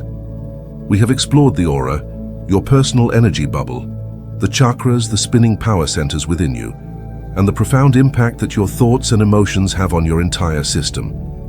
You are now equipped with a foundational understanding of your own energetic anatomy. But we do not exist in a vacuum. We are not isolated islands of energy. We are constantly moving through a vast ocean of energy, an ocean that is filled with the vibrations of different places and different people. Just as a fish is affected by the quality of the water it swims in, you are profoundly affected by the quality of the energetic environments you move through every single day. This chapter is about learning to become a conscious navigator of this energetic ocean. We will explore the simple but life-changing truth that places have memory and people have an energetic impact. We will learn why some rooms make you feel instantly calm while others make you feel anxious, why some people leave you feeling uplifted and energized while others leave you feeling completely drained and exhausted. This is not some mystical, unexplainable phenomenon. It is the simple and practical science of subtle energy at work. We will demystify the concepts of good vibes and bad vibes, transforming them from vague feelings into a tangible guidance system you can use to protect your peace and cultivate a life that truly nourishes you. We will learn powerful, ancient techniques for clearing stagnant and negative energy from your home and your workspace, turning them into sacred sanctuaries that support your well-being. And we will explore the dynamics of energetic exchange between people, learning how to protect your own energy field, set healthy boundaries, and cut ties with draining connections. This chapter is your guide to becoming the sovereign guardian of your energetic space, both inner and outer. It is about understanding that you have the power not only to choose the energies you allow into your life, but also to be a positive, uplifting, energetic influence on the world around you. Let us begin with the energy of places. Have you ever walked into an old house and felt a certain heaviness in the air, or perhaps a sense of sadness that you could not explain? Or have you entered a beautiful ancient cathedral or a serene forest grove and felt an immediate sense of peace and reverence wash over you, quieting your mind without any conscious effort? This is you, with your sensitive auric field, reading the energetic history of a place. Every location on Earth, from a single room to an entire continent, has a unique energy field, a unique vibration. This energy is shaped by several factors. Firstly, it is shaped by the natural energy of the Earth itself, but just as importantly, it is shaped by the thoughts, emotions, and events that have occurred there over time. Places, especially buildings, act like energetic sponges. The walls, the furniture, the very air itself can absorb and hold on to the energy of the people who have inhabited the space. Strong emotions and repeated actions create what is known as an energetic imprint or residual energy. A home that has been filled with love, laughter, and joy for generations will have a light, warm, and welcoming feel to it.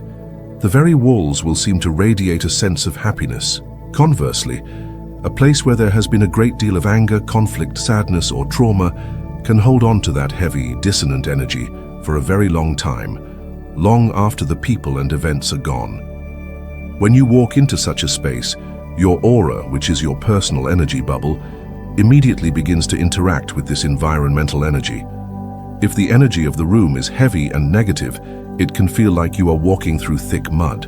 It can pull your own vibration down, making you feel tired, irritable, or sad for no apparent reason. If the energy is light and positive, it can feel like stepping into a refreshing stream, cleansing your aura and lifting your spirits.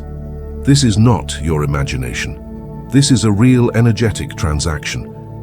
Let's first consider the most powerful and pure energetic environments on our planet, the natural world.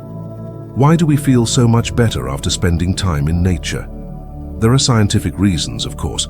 We know that fresh air is good for us, that sunlight helps our bodies produce vitamin D, and that the air in forests and near waterfalls is rich in negative ions, which are known to improve mood and reduce stress. But from an energetic perspective, it goes much deeper.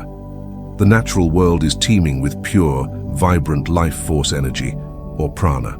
A mighty old tree has a powerful grounding energy field. A flowing river has a cleansing, dynamic energy. The vast ocean has a profound, purifying energy that can wash away all manner of stress and worry.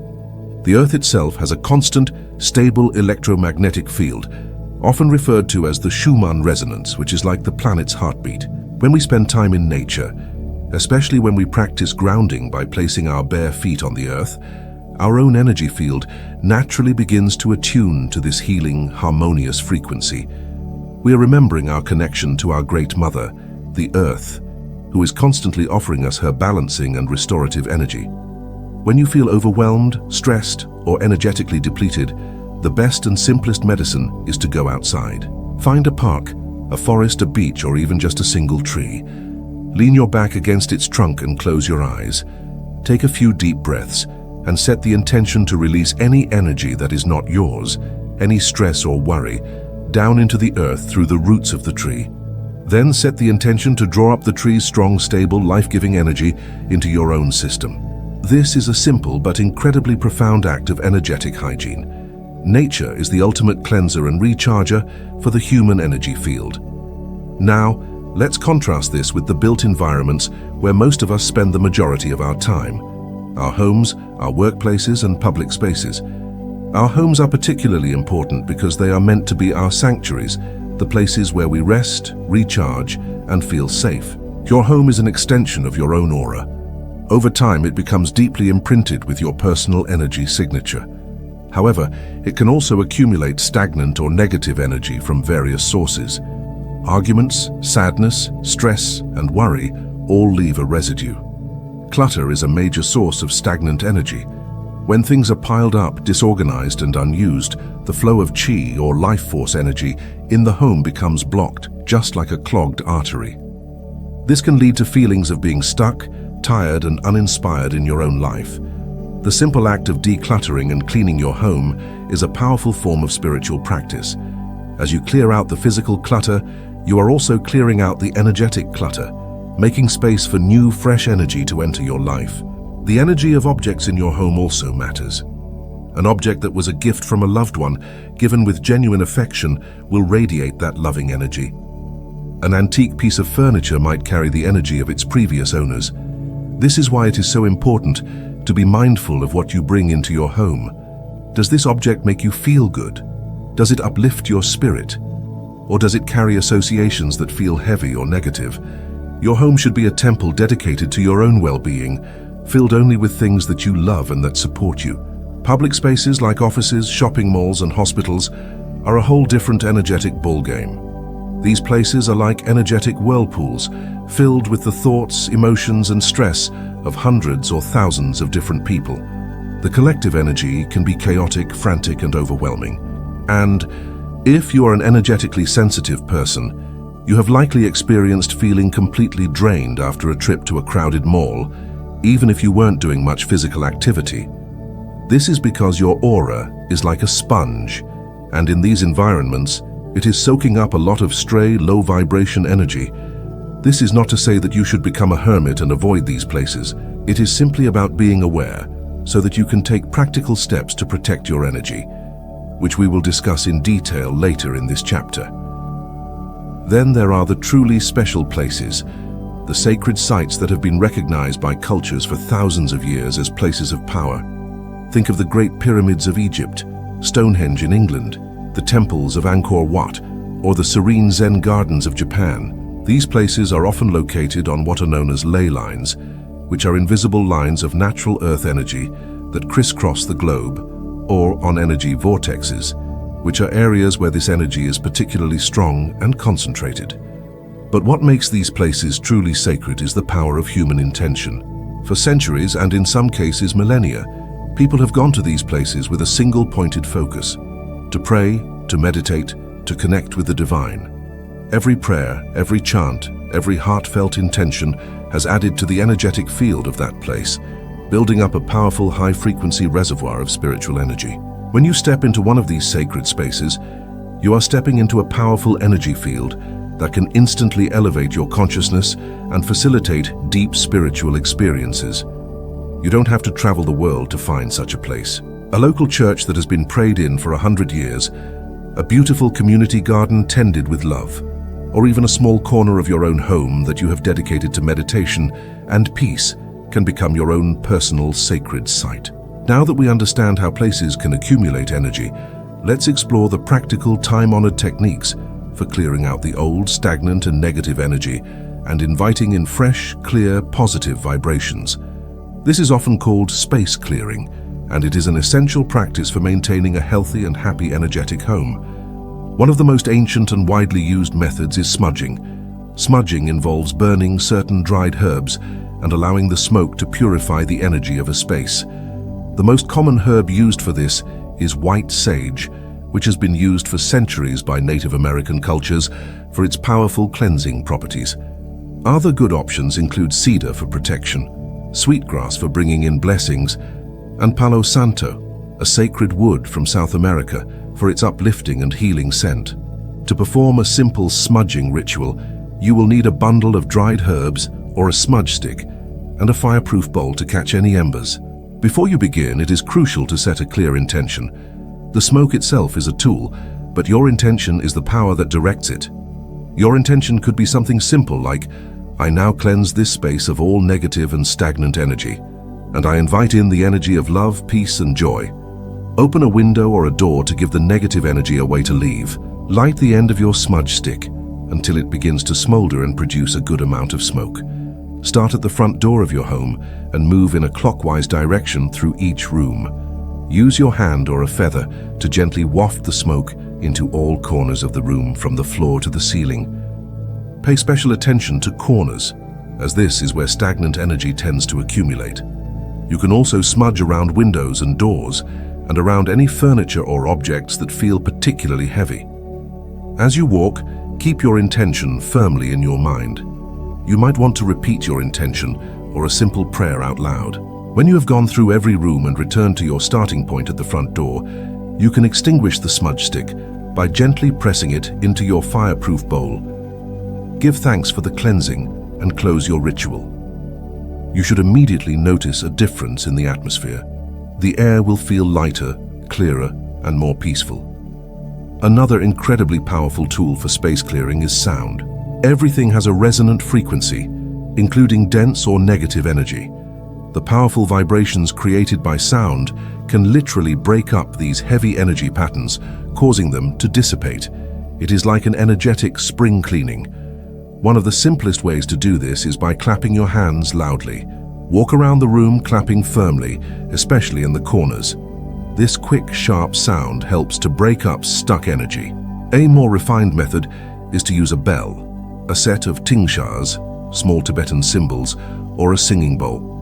The clear, high-frequency tones produced by these instruments are particularly effective at purifying a space.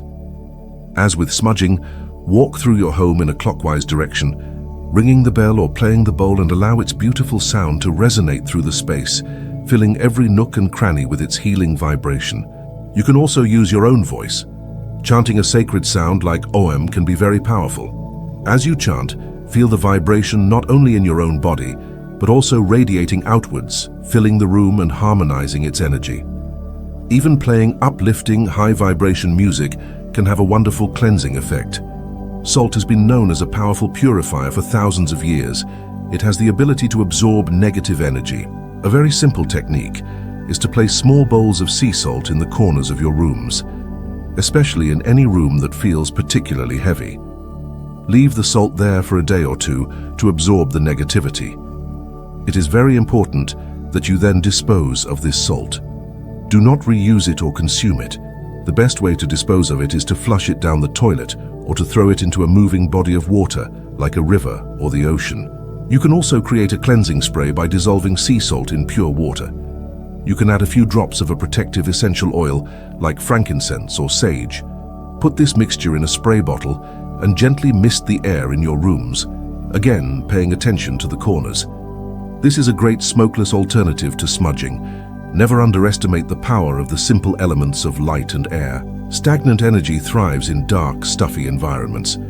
On a regular basis, open up all of your windows and doors and allow fresh air and sunlight to flood into your home. Visualize the fresh breeze blowing away any old, stale energy and see the brilliant sunlight burning away any negativity, purifying and sterilizing your space. This simple act can make a world of difference. And finally, the most powerful tool you have is your own focused intention and visualization. You don't actually need any external tools at all. You can sit quietly in the center of a room, close your eyes, and take a few deep breaths to center yourself. Then imagine a brilliant golden white ball of light in the very center of the room. See it beginning to expand, getting brighter and brighter. See this beautiful divine light expanding to fill the entire room, pushing out any and all darkness or heaviness. See it permeating the walls, the floor, the ceiling, and every object in the room, filling the space with the vibration of pure love, peace, and protection. Hold this visualization for a few minutes, really feeling the shift in the energy. You can do this for your entire home. This is you, using your own divine consciousness to actively co-create a high-vibration environment for yourself. By regularly practicing these space-clearing techniques, you transform your home from a simple dwelling into a sacred sanctuary, a vibrant, supportive space that nurtures your soul and recharges your spirit. Now let us shift our focus from the energy of places to the equally, if not more, powerful energy of people. Just as your aura interacts with the energy of a room, it is in constant dynamic interaction with the auras of the people you meet. This is the dance of human connection. When you are with someone who is genuinely happy, loving, and authentic, their high vibration energy field naturally uplifts your own. Being around them feels good. It is easy, expansive, and energizing. You leave their presence feeling better than when you arrived. This is a healthy, life-affirming, energetic exchange. However, not all energetic interactions are so positive. I am sure you have had the experience of being around someone and feeling completely and utterly drained afterwards. You might feel tired, irritable, foggy-headed, or even physically unwell. This is often described as an encounter with an energy vampire. This term can sound dramatic or judgmental, but it is simply a way of describing a person who, consciously or unconsciously, drains the life force energy from others to supplement their own depleted supply. It is very important to approach this topic with compassion and without judgment. People who drain the energy of others are not evil. They are almost always people who are in a great deal of pain. They have become disconnected from their own inner source of energy and love, and so they have learned to get it from the outside, from other people. They often do this completely unconsciously. Recognizing these patterns is not about blaming or labeling people. It is about self-protection. It is about understanding the dynamics at play so you can protect your own energy and maintain your well-being. There are a few common patterns of energy vampirism. There is the victim type, who is constantly complaining, blaming others, and seeing themselves as helpless. They drain you by hooking you with guilt and sympathy, pulling you into their endless drama and making you feel responsible for their happiness. There is the narcissist type, who makes everything about them. They constantly need to be the center of attention and will talk endlessly about themselves, with no genuine interest in you. They drain you by simply sucking all the energy in the room towards themselves. There is the controller type, who seeks to dominate and intimidate. They drain you through fear and by undermining your confidence. And there is the drama queen or king, who thrives on chaos and crisis. They are constantly stirring up trouble and then feeding off the intense emotional energy that is generated. The way this energy drain happens is through what are known as energetic cords. When you form a relationship with someone, you create an energetic connection between your chakras, like an invisible tube or cord of light. In a healthy, loving relationship, these cords facilitate a balanced exchange of loving energy back and forth. However, in an unhealthy or imbalanced relationship, these cords can become a one-way street. A person who is feeling needy or insecure can unconsciously attach a cord to one of your chakras and begin to siphon your life force energy. These cords are often based on emotions like fear, guilt, attachment, or a need for control. You can have cords to family members, ex-partners, friends, and even co-workers.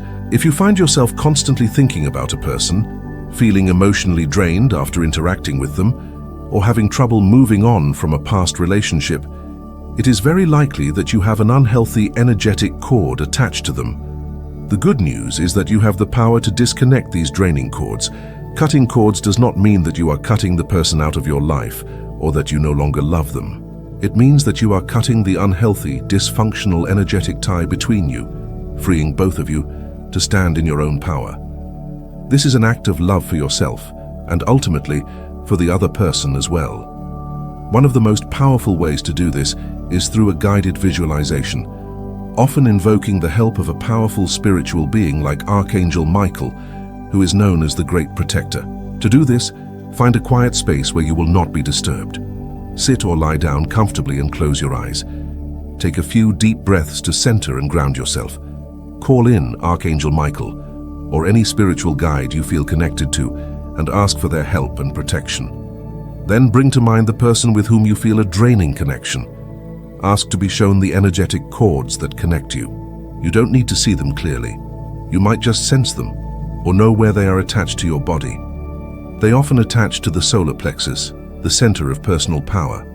Once you have a sense of the cords, ask Archangel Michael to use his powerful sword of light to cut through all of them. Visualize a brilliant electric blue sword, effortlessly severing every single cord.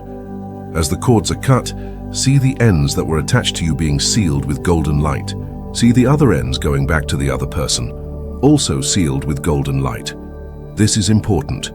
You are not sending any negative energy back to them. You are simply returning their energy to them and reclaiming your own. Then, ask Michael to surround you in a beautiful bubble of blue protective light.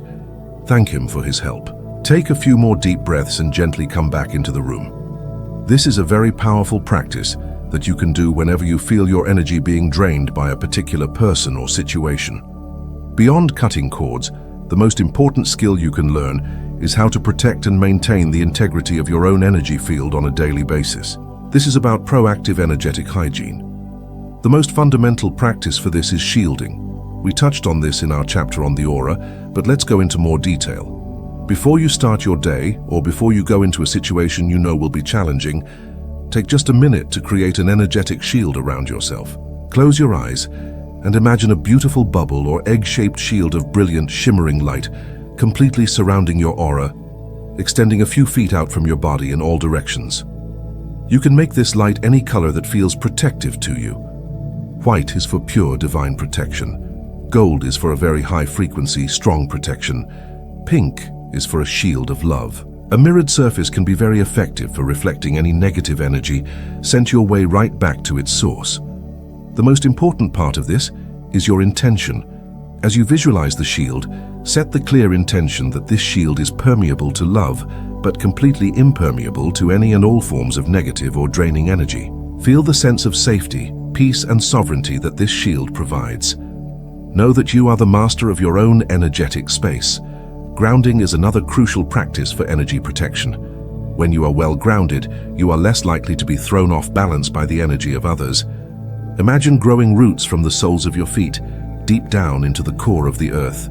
This creates a stable foundation for your energy field, and also provides a conduit for any negative energy you do pick up to be safely released into the earth.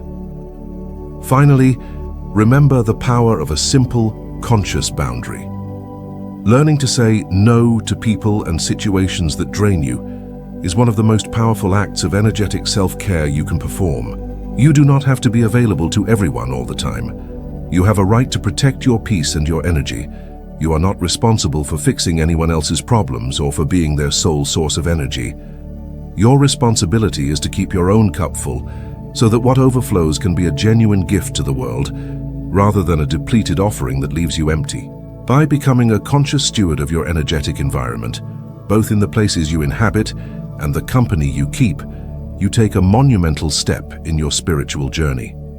You move from being a passive sponge soaking up the chaotic energies of the world to being a radiant lighthouse shining your own clear, bright, and loving energy out into the world, creating a positive ripple effect wherever you go. Chapter 6.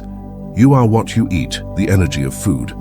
In our exploration of the subtle energy of everything, we have journeyed through the invisible worlds of the aura, the chakras, our thoughts, and our environments. We have come to understand that we are not just physical bodies, but complex multidimensional beings of light and vibration. Now we are going to turn our attention to one of the most tangible, direct, and powerful ways that we interact with the energy of the world around us every single day: the act of eating. We have all heard the old adage, "You are what you eat." This statement is often understood on a purely biochemical level. We know that the proteins, fats, and carbohydrates we consume are broken down and used to build the cells, tissues, and organs of our physical bodies. But this is only a fraction of the story. From the energetic perspective we have been cultivating, this statement takes on a much deeper and more profound meaning. The food you eat is not just a collection of chemical compounds and calories. It is condensed life force energy. It is sunlight, water, and earth transformed into physical form. Every bite of food you take is a direct infusion of prana or chi into your system. You are literally building your own energy field, your own aura and chakras, with the vibrational quality of the food you consume. This chapter is your invitation to transform your relationship with food. We will move beyond the confusing and often stressful world of diets, calorie counting, and nutritional science, and enter into the simple, intuitive, and joyful world of energetic eating. We will learn to see food not as a potential enemy to be controlled, but as a sacred gift from the earth, a powerful tool for raising our vibration and nourishing our entire being, body, mind, and spirit. We will explore the vibrational spectrum of different foods, discovering which ones are full of vibrant life force and which ones are energetically dead. We will uncover the incredible alchemy of mindful eating, learning that how you eat is just as important as what you eat. And we will learn to listen to the deep, innate wisdom of our own bodies, becoming our own best nutritional guides. Prepare to embark on a delicious journey that will forever change the way you look at your plate. Let's begin by establishing a very simple but fundamental concept. Not all foods are created equal in terms of their energetic quality. Just as a thought of love has a much higher vibration than a thought of fear, a freshly picked, sun-ripened strawberry has an infinitely higher vibration than a highly processed, chemically laden snack cake. The life force energy within a food is its most vital nutrient. This prana is what gives us not just physical energy, but mental clarity, emotional balance, and spiritual vitality. We can imagine a simple vibrational spectrum of food, ranging from the highest, most life-affirming foods to the lowest, most depleting ones. At the very top of this spectrum are the foods that are most alive, the ones that are bursting with the pure, unadulterated energy of the sun and the earth. These are the high-vibration foods. This category is led by fresh, organic, raw fruits and vegetables. When a fruit or vegetable is growing, it is in a constant process of absorbing sunlight, which is pure light energy, and drawing nutrients and water from the rich earth. When you eat a raw, freshly picked piece of produce, you are consuming this life force at its peak. It is still vibrating with the energy of the sun. The colors of these foods are also significant, as they often correspond to the colors and energies of our chakras. Eating a rainbow of fresh foods is a wonderful way to nourish your entire chakra system. Sprouts are another incredibly high-vibration food. A tiny sprout contains the entire life force blueprint and all the energy needed to grow into a full-size plant. They are quite literally bursting with life. Raw, soaked nuts and seeds and pure, clean water are also at the top of this list. Moving down the spectrum, we find the medium vibration foods. This category includes foods that are still whole and natural, but have been altered in some way, usually through cooking. This includes lightly steamed or sautéed vegetables, cooked whole grains like quinoa and brown rice, and cooked legumes like lentils and beans.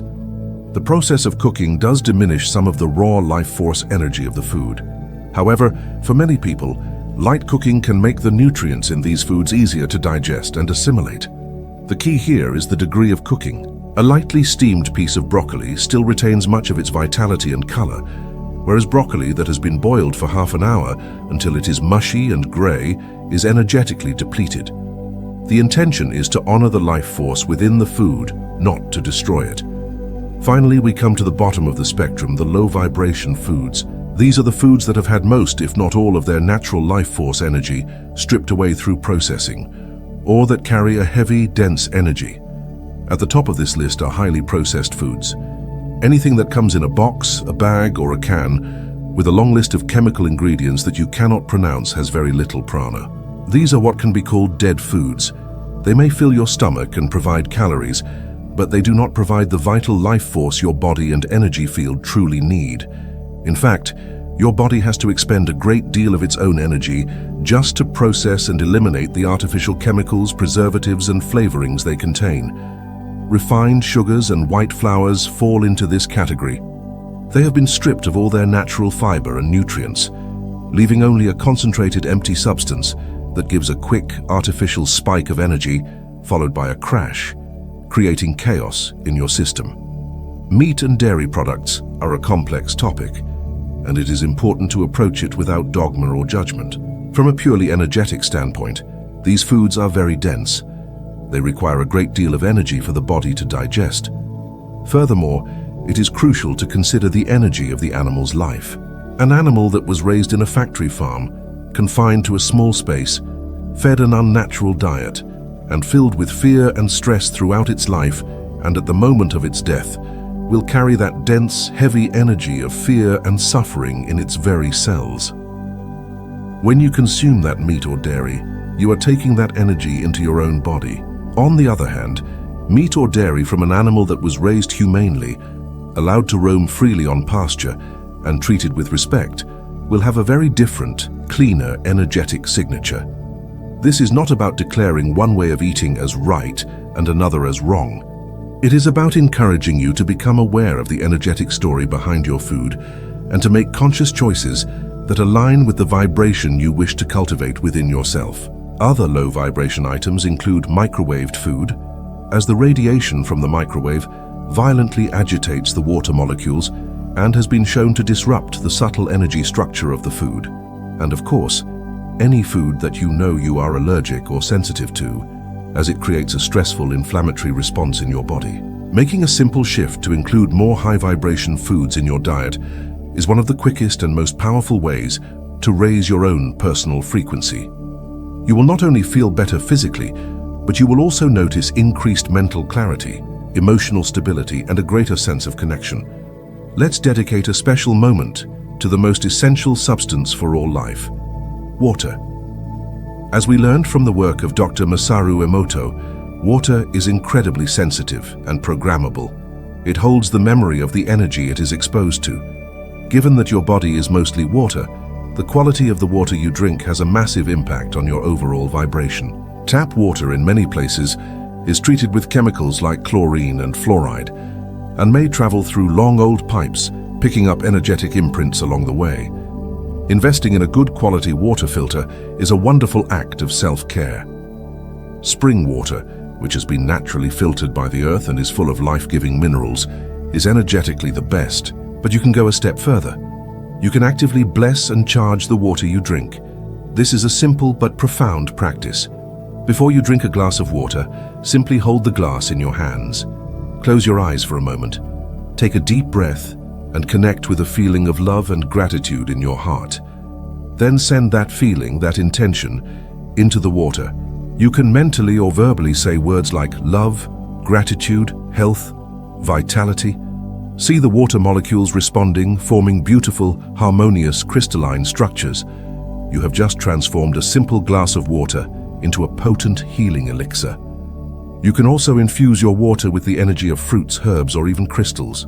Placing a slice of lemon, a sprig of mint, or a few berries in your water not only adds flavor, but also their unique life force energy. Some crystals, like rose quartz for love or clear quartz for clarity, can be placed around or safely inside your water pitcher to charge it with their stable healing frequencies. Please be sure to only use crystals that are non-toxic and safe to be put in water. Now we come to a truth that is perhaps even more important than what you eat, and that is how you eat. You could be eating the most perfect, organic, high-vibration salad in the world, but if you are eating it while you are stressed out, angry, or standing over the sink scrolling through your phone, you are not going to receive its full energetic benefit.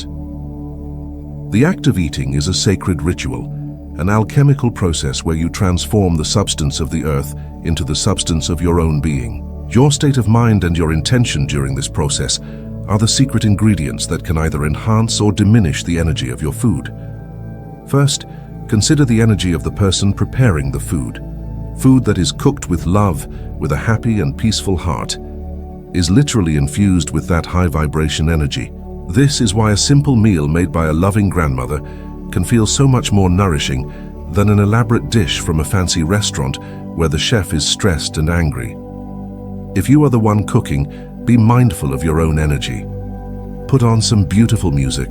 Take a few deep breaths before you begin. Infuse every chop and every stir with the intention of love and nourishment. This is a powerful act of healing for yourself and for anyone you are feeding. Before you take your first bite, it is a beautiful practice to pause and give thanks. This does not have to be a formal religious prayer unless that resonates with you. It can be a simple, silent moment of gratitude. Take a moment to look at your food. Consider the incredible journey it has taken to reach your plate. Think of the sun, the rain, the earth, the farmer who tended the plants, the person who transported it, and the person who prepared it.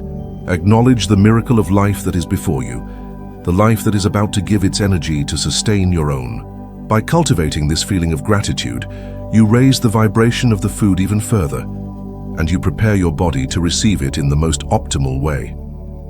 Create a peaceful environment for your meals. Sit down at a table, turn off the television, and put away your phone. Light a candle. Create a small island of peace and presence in your day. When you eat, eat mindfully. Engage all of your senses. Notice the colors, the shapes, the textures. Smell the aromas. As you take a bite, chew your food slowly and thoroughly.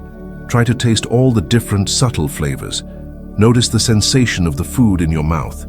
This simple act of paying attention not only improves your digestion, but also allows you to fully receive the energetic information and the life force from your food. You will also find that when you eat mindfully, you are much more in tune with your body's signals of hunger and fullness, and you are less likely to overeat. This brings us to one of the most empowering aspects of energetic eating: learning to listen to the innate wisdom of your own body. For too long, we have been taught to look outside of ourselves for answers about what to eat. We follow fad diets, Listen to so-called experts and adhere to rigid rules, all of which creates a relationship with food that is based on fear and control. The truth is, your body is an incredibly intelligent, self-regulating organism, and it knows exactly what it needs. You just have to learn to listen to its subtle whispers. The key is to start paying attention to how you feel, not just while you are eating, but after you eat. After a meal, do you feel energized, light, and clear-headed, or do you feel tired, heavy, and foggy? Your body is giving you direct feedback in real time. Start to notice the patterns. Perhaps you notice that every time you eat dairy, you feel a little bit congested. Or every time you eat a lot of sugar, you feel irritable and then crash a few hours later. This is not about judgment. It is about gathering information. Keeping a simple food and mood journal for a week or two can be an incredibly insightful exercise. Simply write down what you eat, and then jot down a few words about how you feel physically and emotionally an hour or two later.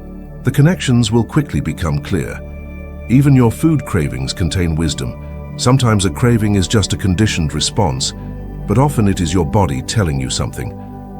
Are you craving something sweet?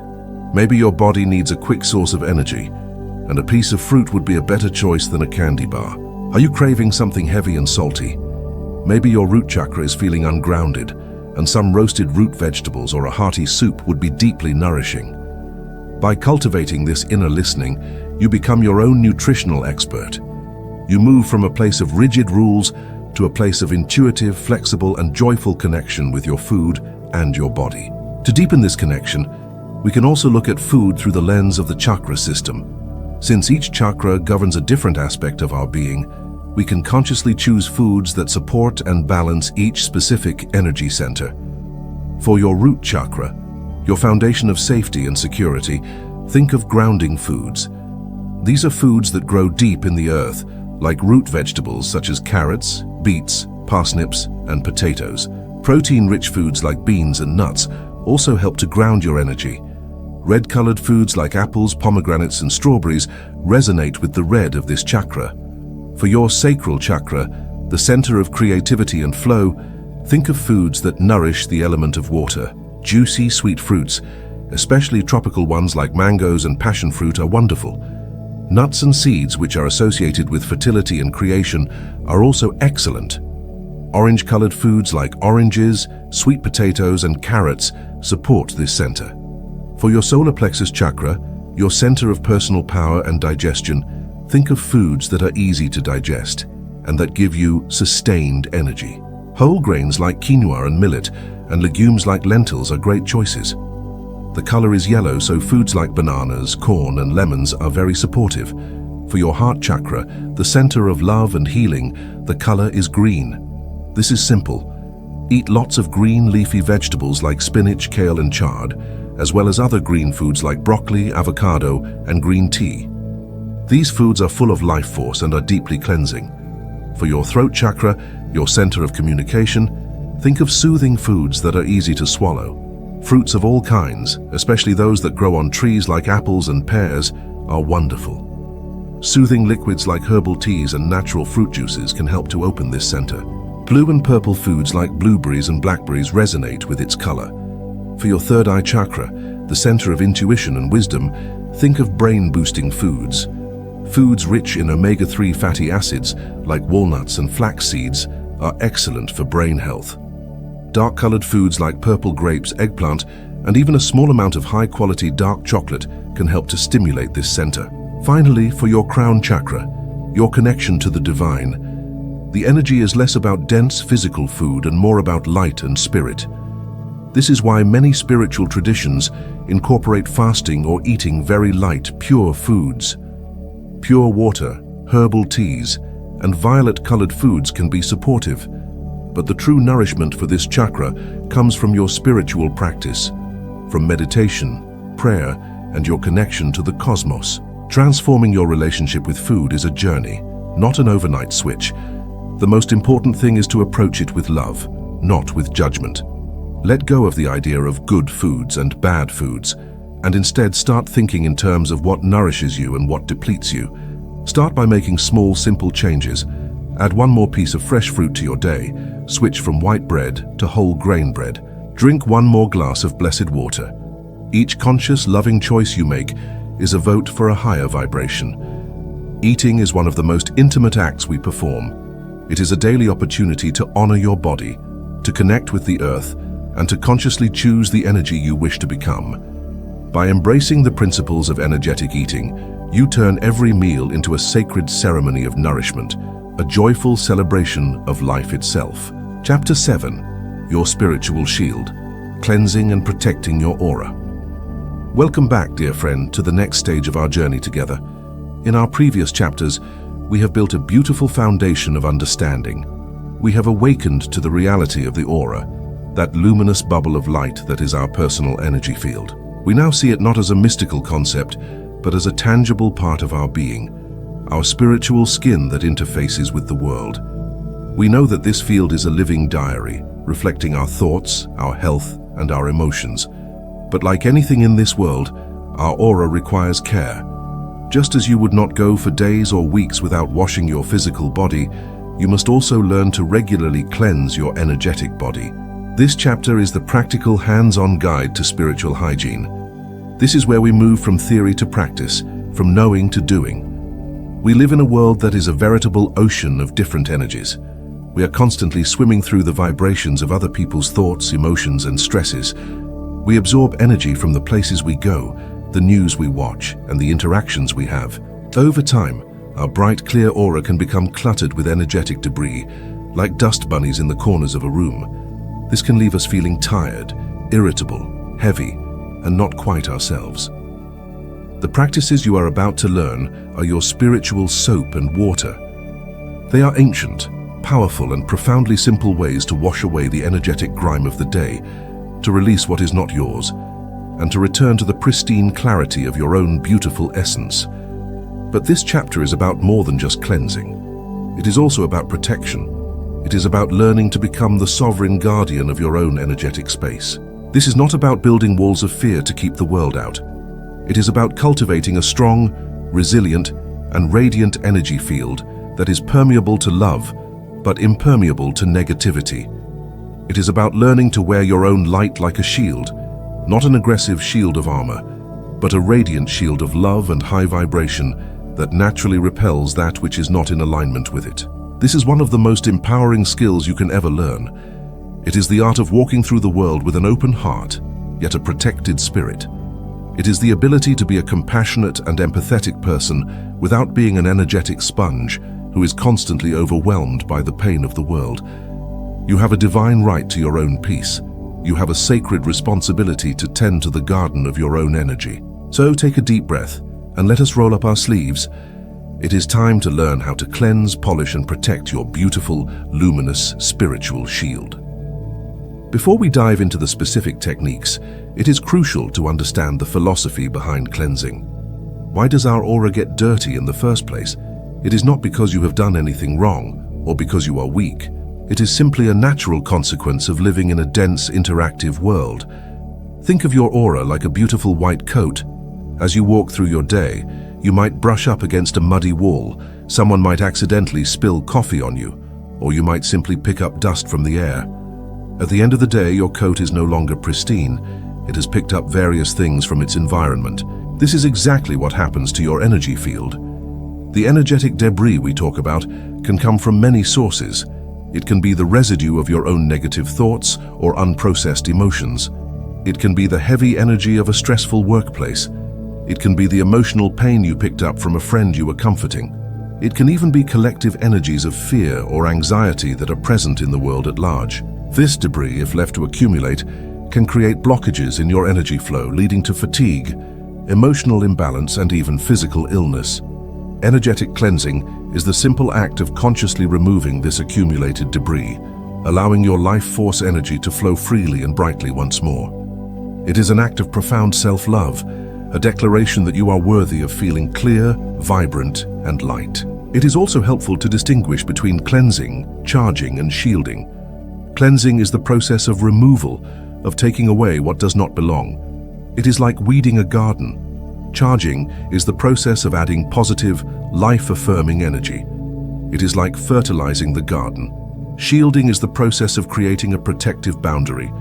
It is like putting a gentle fence around the garden to keep out unwanted pests. All three are essential components of a healthy spiritual hygiene practice.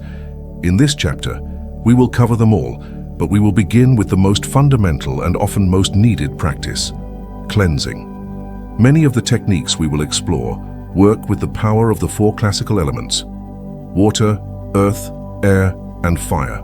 These are the fundamental building blocks of our physical world, and they each hold a unique and powerful purifying medicine for our energetic bodies.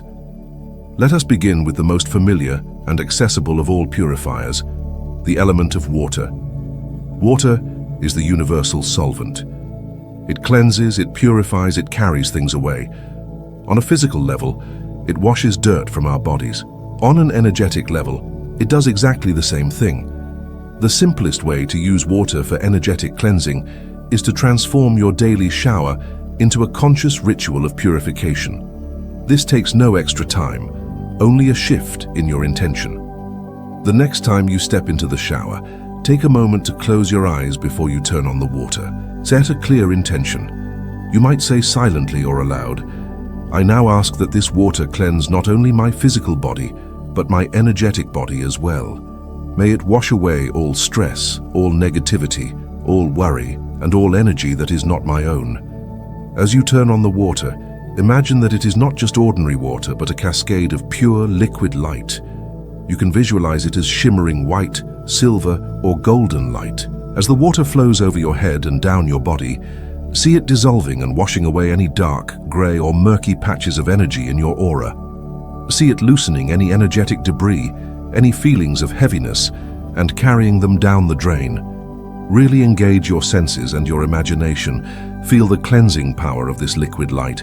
Pay special attention to your head and shoulders, where we often carry the weight of the world, and to the soles of your feet, where we can release energy into the earth. When you are finished, as you watch the water spiral down the drain, have a final visualization of all that negativity being completely washed away, neutralized, and returned to the earth. When you step out of the shower, you will feel not just physically clean, but energetically sparkling and refreshed. For a deeper and more restorative cleansing, nothing compares to the sacred ritual of a salt bath. Salt, particularly sea salt, has been revered as a powerful spiritual purifier across countless cultures for millennia. Salt crystals have an amazing ability to absorb and neutralize negative, dissonant, or stagnant energy. It is like an energetic magnet for psychic sludge. Epsom salt is also a wonderful addition, as it is magnesium sulfate. Magnesium is a natural muscle relaxant and helps to calm the nervous system, but it also helps to clear the emotional body. To create your own sacred cleansing bath, begin by cleaning your bathtub. You're creating a sacred space, so start with a clean vessel. As you fill the tub with warm water, add a generous amount of salt. Aim for at least 1 to 2 cups. As you pour the salt into the water, hold the intention that this salt will draw out any and all negativity from your body, your mind, your emotions, and your energy field. You can enhance your bath with other natural elements. A few drops of a pure essential oil can be wonderful. Frankincense is incredibly purifying and protective. Lavender is calming and helps to release stress. Rosemary is clearing for the mental body. You can also add cleansing herbs, either loose or in a small muslin bag. Herbs like sage, hyssop, and angelica are traditionally known for their powerful purifying properties. Before you get into the bath, you might want to light a candle and dim the lights to create a peaceful atmosphere. As you step into the water, take a deep breath and surrender. Your only job for the next 20 minutes is to relax and release. Submerge as much of your body as you can, and if possible, dunk your head under the water for a moment to fully cleanse your crown chakra. Lie back and visualize the salt water acting like millions of tiny magnets, pulling any heaviness, any sadness, any stress, any energetic cords, and any foreign energy out of your aura and your physical body. You might even feel a tingling or a sense of things being pulled away from you. This is completely normal. Do not stay in the bath for more than about 20 minutes, as after that you may begin to reabsorb the toxins and energies that have been released into the water. When you are ready to get out, it is very important to let the dirty water go down the drain without you in it. As you stand up, allow all the water to drip off you for a moment and then pull the plug. As the water drains, visualize it taking all of that negativity with it, spiraling it down, down, down into the earth to be transmuted. A quick rinse off in the shower afterwards is a good idea to wash away any salt residue.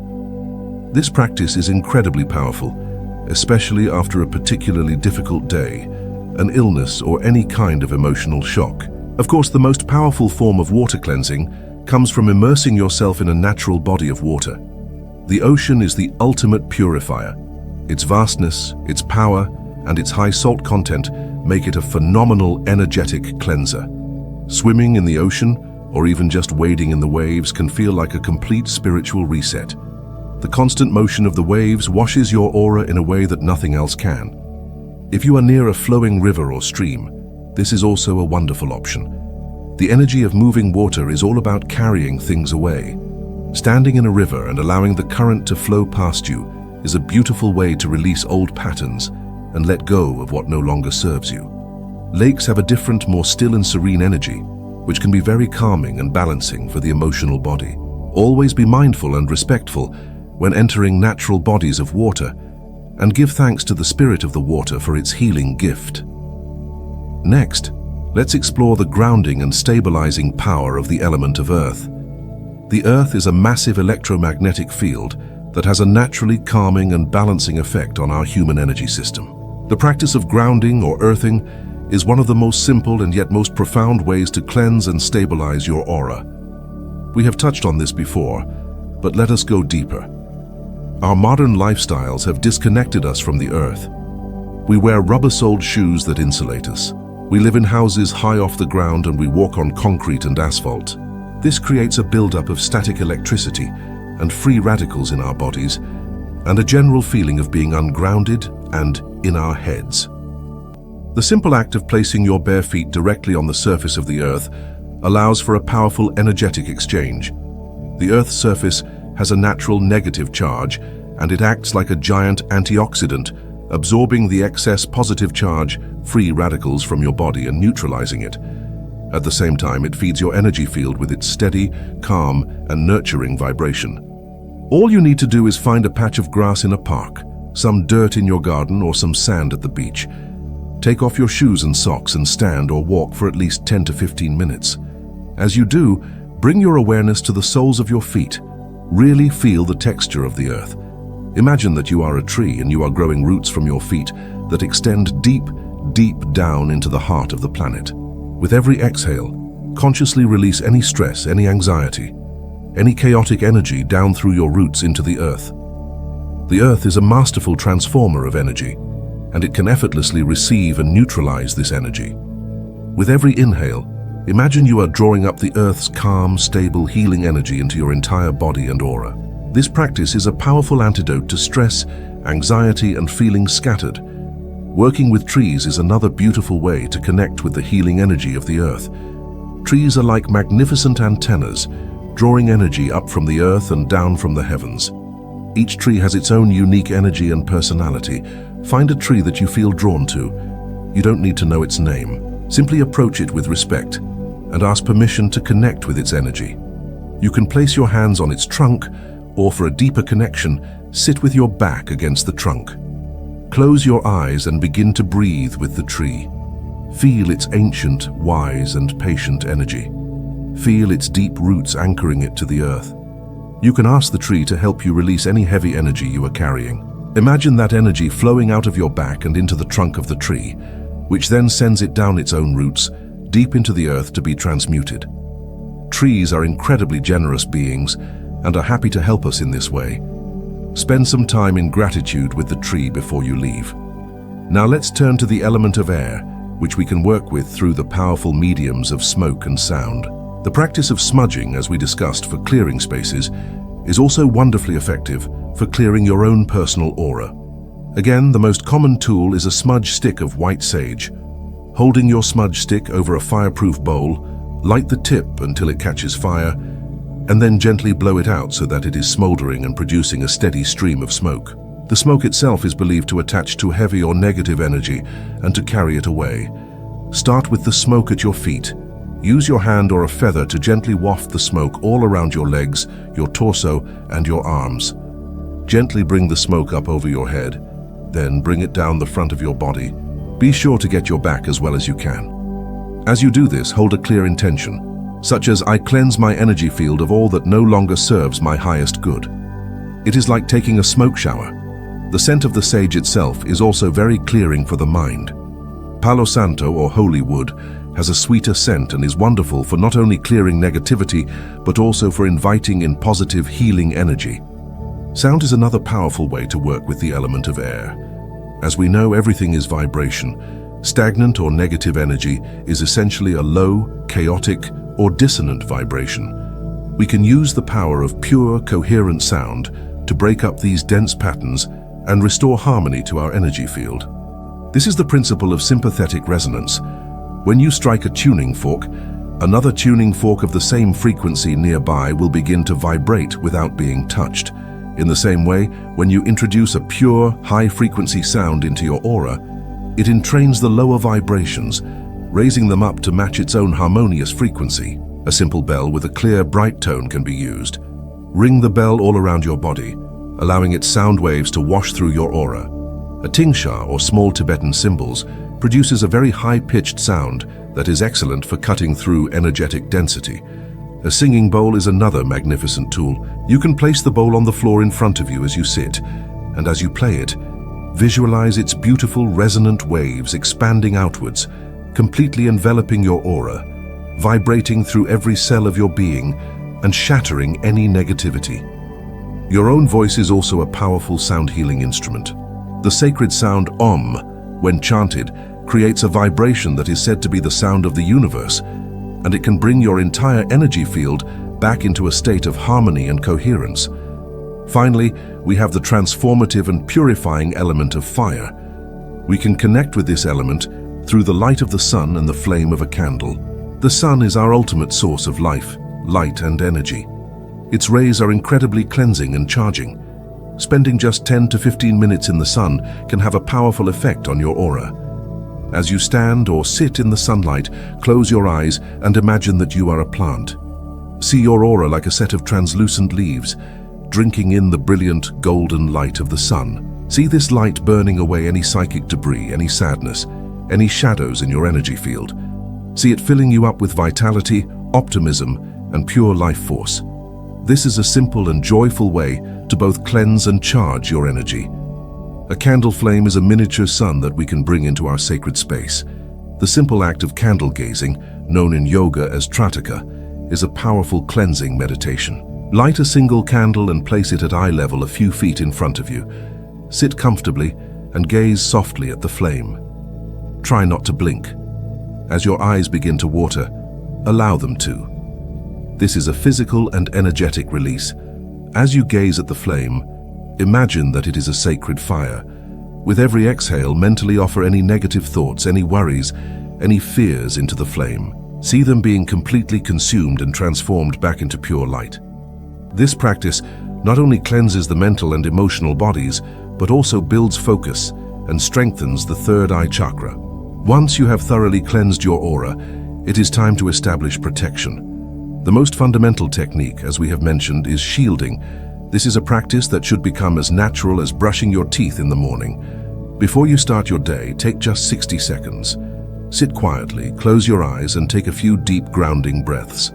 Then, visualize a source of brilliant, divine light above your head. See this light pouring down and forming a beautiful, resilient bubble or egg of light all around you, extending about an arm's length out from your body in all directions and going down beneath your feet into the earth. Choose the quality of this light based on your needs for the day.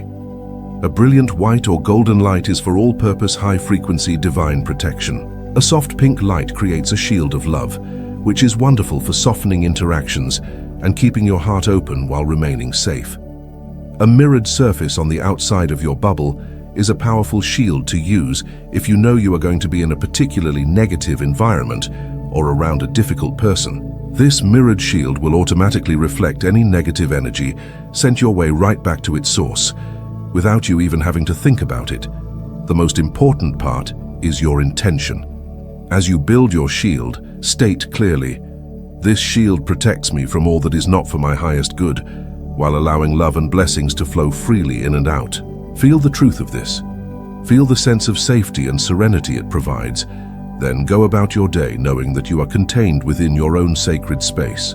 If you feel your energy start to dip during the day, you can quickly and discreetly reinforce your shield with a single conscious breath. In addition to these active practices, your overall vibrational state is your greatest protection. Like attracts like. When you are consistently cultivating high vibration states of being through gratitude, love and joy, your aura naturally becomes very bright and strong. This high frequency is, in itself, a powerful shield. Lower, denser energies simply cannot find a foothold in a high-frequency field. It is like trying to mix oil and water. They simply do not resonate. So the most proactive form of energy protection is to do the things that make you happy, to think thoughts that uplift you, and to focus on what you love. This is not about avoiding the realities of the world, but about consciously choosing to be a source of light within it. By integrating these simple practices of cleansing and protection into your daily life, you take back your power. You cease to be a victim of the energetic currents around you and become the conscious, masterful captain of your own energetic ship. You create a vibrant, resilient, and radiant personal atmosphere that not only keeps you healthy and peaceful, but also becomes a gift of light and harmony to everyone you meet. Chapter 8. A tune-up for your soul. Simple ways to balance your chakras.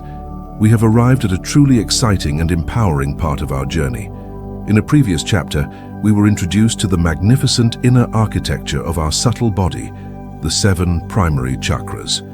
We learned to see them as spinning wheels of light, powerful energy centers that act as the interface between our spiritual essence and our physical reality. We explored the location and purpose of each one, from the grounding root to the expansive crown, understanding that each chakra governs a crucial aspect of our human experience. Now, we move beyond the map and into the territory itself. This chapter is your comprehensive, practical, and deeply personal toolkit for becoming your own energy healer. It is your guide to tuning the sacred instrument that is your own being. Think of your chakra system like a divine orchestra. When all the instruments are in tune and playing in harmony, the music they create is the beautiful symphony of a healthy, joyful, and purposeful life.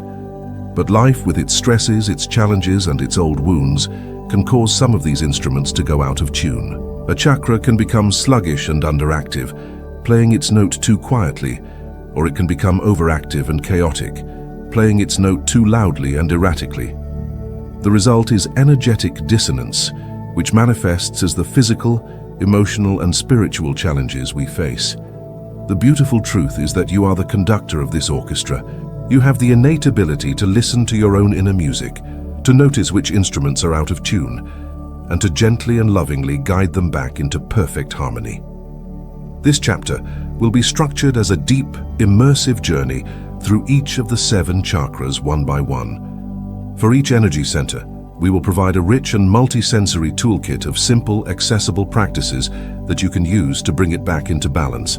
We will not offer a one-size-fits-all solution because you are a unique individual. Instead, we will provide a variety of tools, including meditation and visualization, powerful affirmations, physical movements and yoga poses, sound healing through mantras, and the supportive energies of nutrition, aromatherapy, and crystals. This is your personal apothecary of the soul. You are invited to explore, to experiment, and to discover which of these practices resonate most deeply with you. The goal is not to achieve some static state of perfect balance that never changes. Your energy is and always will be in a state of dynamic flow. The goal is to cultivate a deep and intimate relationship with your own inner world. It is to develop the sensitivity to notice when you are feeling off balance and the wisdom to know exactly what you need to do to return to your center. This is the path of self-mastery and profound self-love. It is the art of giving your soul the regular tune-ups it needs to play its most magnificent and authentic music. So find a comfortable seat, take a gentle, deep breath, and let us begin the beautiful work of tuning your sacred power centers. Tuning the first chakra, Muladhara, the root. Let us begin at our foundation, the root chakra, or Muladhara. As we learned, This center at the base of your spine is your connection to the physical world, your anchor to the earth. Its element is earth, its color is a vibrant red, and it governs your sense of safety, security, and belonging. When this chakra is out of balance, we feel anxious, fearful, ungrounded, and insecure, both financially and emotionally. The journey back to balance for the Muladhara is all about reconnecting with your body and with the supportive energy of our planet. For meditation and visualization, find a comfortable seated position, preferably on the floor or on a cushion to be closer to the ground. Close your eyes and bring your awareness to the base of your spine. Begin to visualize a beautiful, spinning vortex of deep, ruby red light at this point. With each inhale, see this red light growing brighter, stronger, and more vibrant. With each exhale, release any fear, any anxiety, any feelings of insecurity from this center. Now imagine that you are a great, ancient tree. From the base of your spine, visualize a thick, strong taproot growing down from your body, through the floor, through the foundations of the building, and deep into the rich, dark soil of the earth. Feel this root anchoring you firmly to the planet. Feel the immense stability and security this connection provides. You are not floating aimlessly in space. You are deeply connected to a powerful and loving mother who supports you completely. Feel the earth sending its nurturing, grounding energy up through your root, feeding your red root chakra, filling your entire body with a profound sense of safety and peace. Rest in this feeling for several minutes. To reinforce this sense of security, you can work with powerful affirmations. You can repeat these silently or aloud, especially while performing your root chakra meditation. Feel the truth of these words resonating in every cell of your being. I am safe and secure at all times. The earth supports me and provides for all of my needs. I have a right to be here exactly as I am. I am grounded, stable, and centered. I release all of my fears and trust in the process of life. My body is my home and I love and care for it. Physical movement is one of the most effective ways to balance the root chakra. Anything that brings your awareness into your legs and feet is beneficial. Go for a walk or a hike in nature.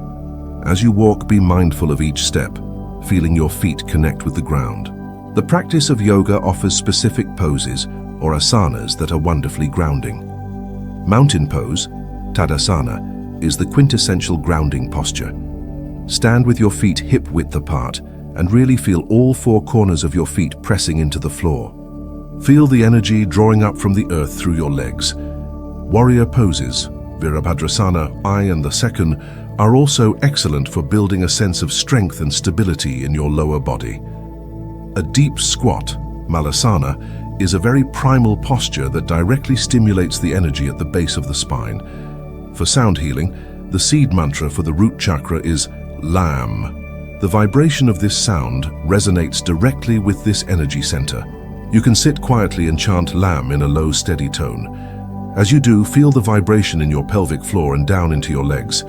You can also listen to music with a deep, primal rhythm, such as tribal drumming, which can be very grounding and activating for the Muladhara.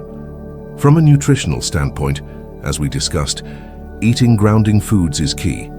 This includes root vegetables that grow deep in the earth, like carrots, sweet potatoes, beets, and radishes.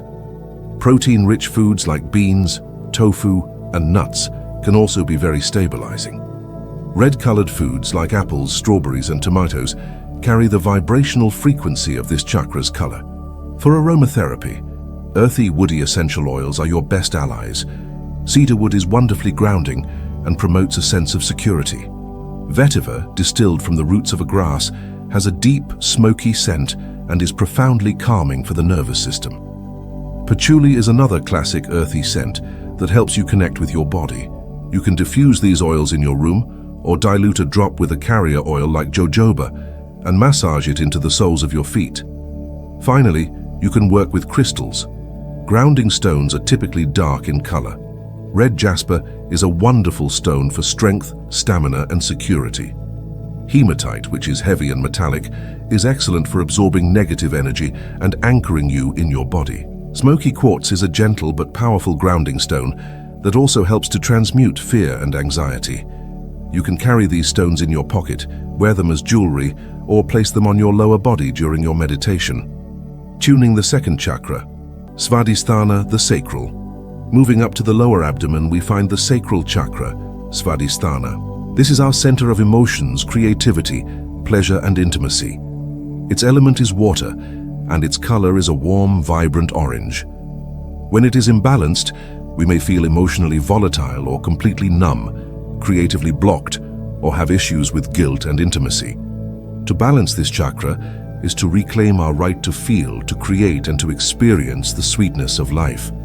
For meditation and visualization, find a comfortable seated position. Bring your awareness to your lower abdomen, a few inches below your navel. Visualize a beautiful spinning sphere of glowing orange light in this area, like a warm sunset. Imagine this light is as fluid and flowing as water. With each inhale, breathe in a sense of ease, pleasure, and creativity. With each exhale, release any guilt, any emotional blockages, any shame, or any rigidity. Now picture yourself standing beside a beautiful, clear, flowing stream. See any emotional turmoil or creative blocks as gray stones that you are holding. One by one, gently toss these stones into the stream and watch as the current effortlessly carries them away, leaving you feeling light and free. Feel the fluid, cleansing energy of the water element moving through your entire pelvic area, dissolving any stiffness and restoring a sense of graceful flow to your life. To reprogram your relationship with your emotions and creativity, use affirmations like, "I allow my emotions to flow through me in a healthy way. I embrace pleasure and joy in my life. I am a creative being, and I express myself freely. It is safe for me to feel my feelings. I am open to healthy and intimate relationships. I honor my body and treat it with respect." Movement that is fluid and sensual is the key to opening the sacral chakra. Dance is perhaps the best medicine. Put on some music that you love, music that makes you want to move your hips, and just let your body flow freely without any judgment. Hip circles, belly dancing movements, and any kind of flowing water-like motion will help to loosen up stagnant energy in this area. In yoga, poses that open the hips are paramount. Pigeon pose, Eka Pada Rajakapotasana, provides a deep release for the hip flexors. Bound angle pose, Baddha Konasana, and happy baby pose, Ananda Balasana, are also wonderful for opening the pelvic region. The seed mantra for the Svadhisthana is Vam. As you chant this sound, focus the vibration in your lower abdomen and pelvic bowl.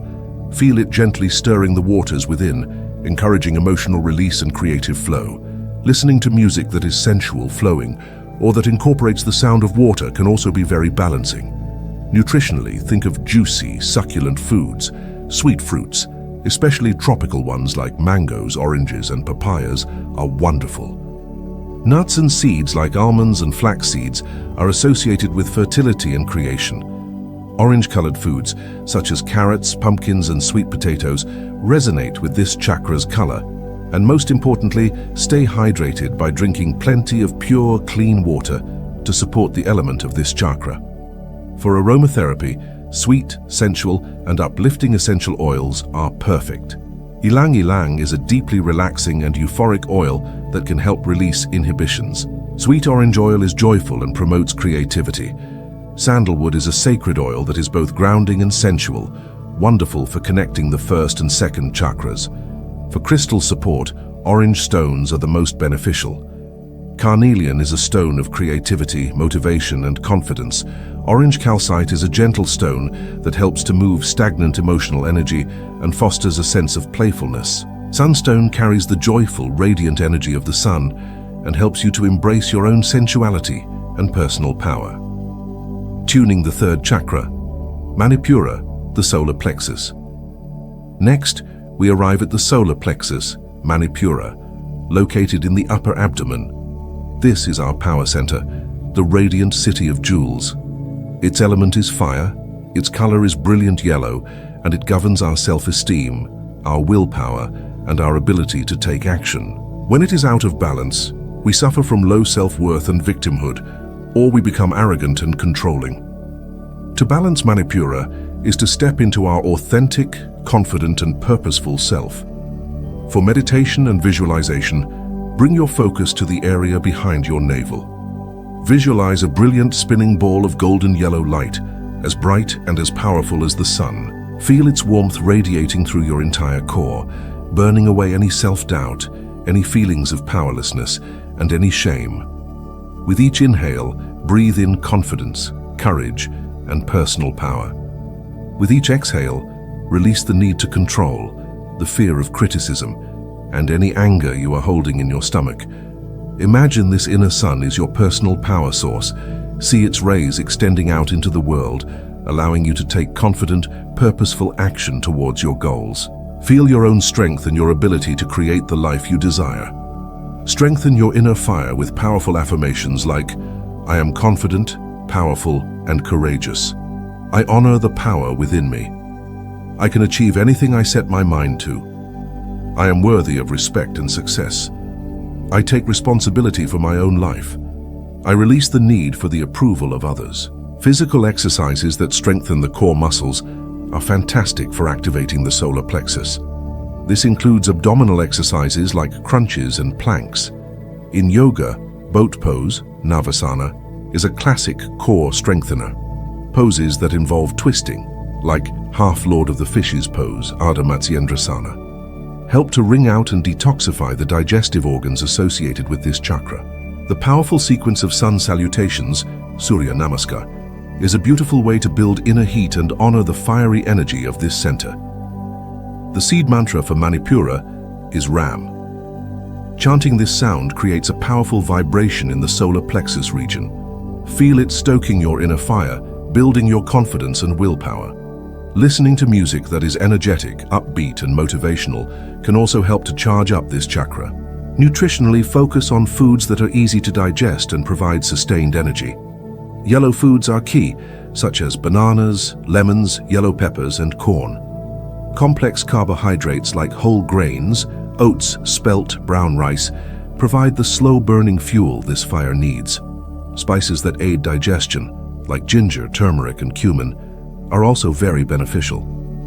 For aromatherapy, look to spicy and citrusy essential oils. Lemon is bright, cleansing, and uplifting. Ginger is warming, energizing, and helps to build confidence. Rosemary is excellent for mental clarity and focus, helping you to direct your willpower effectively. For crystal healing, yellow and golden stones resonate with the solar plexus. Citrine is the classic stone of abundance, success, and personal power. It is like carrying a piece of sunshine in your pocket. Tiger's Eye is a protective stone that helps you to see clearly and to use your power wisely. Pyrite, also known as Fool's Gold, is a wonderful stone for manifesting your goals and overcoming feelings of inadequacy. Tuning the fourth chakra, Anahata the heart. We now ascend to the beautiful center of our being, the heart chakra, Anahata. Located in the center of the chest, this chakra is the bridge between our lower physical self and our upper, spiritual self. Its element is air, its color is green, and it is the home of love, compassion, forgiveness, and connection. When it is wounded, we feel lonely, critical, and unable to give or receive love. To balance the heart is to heal our lives.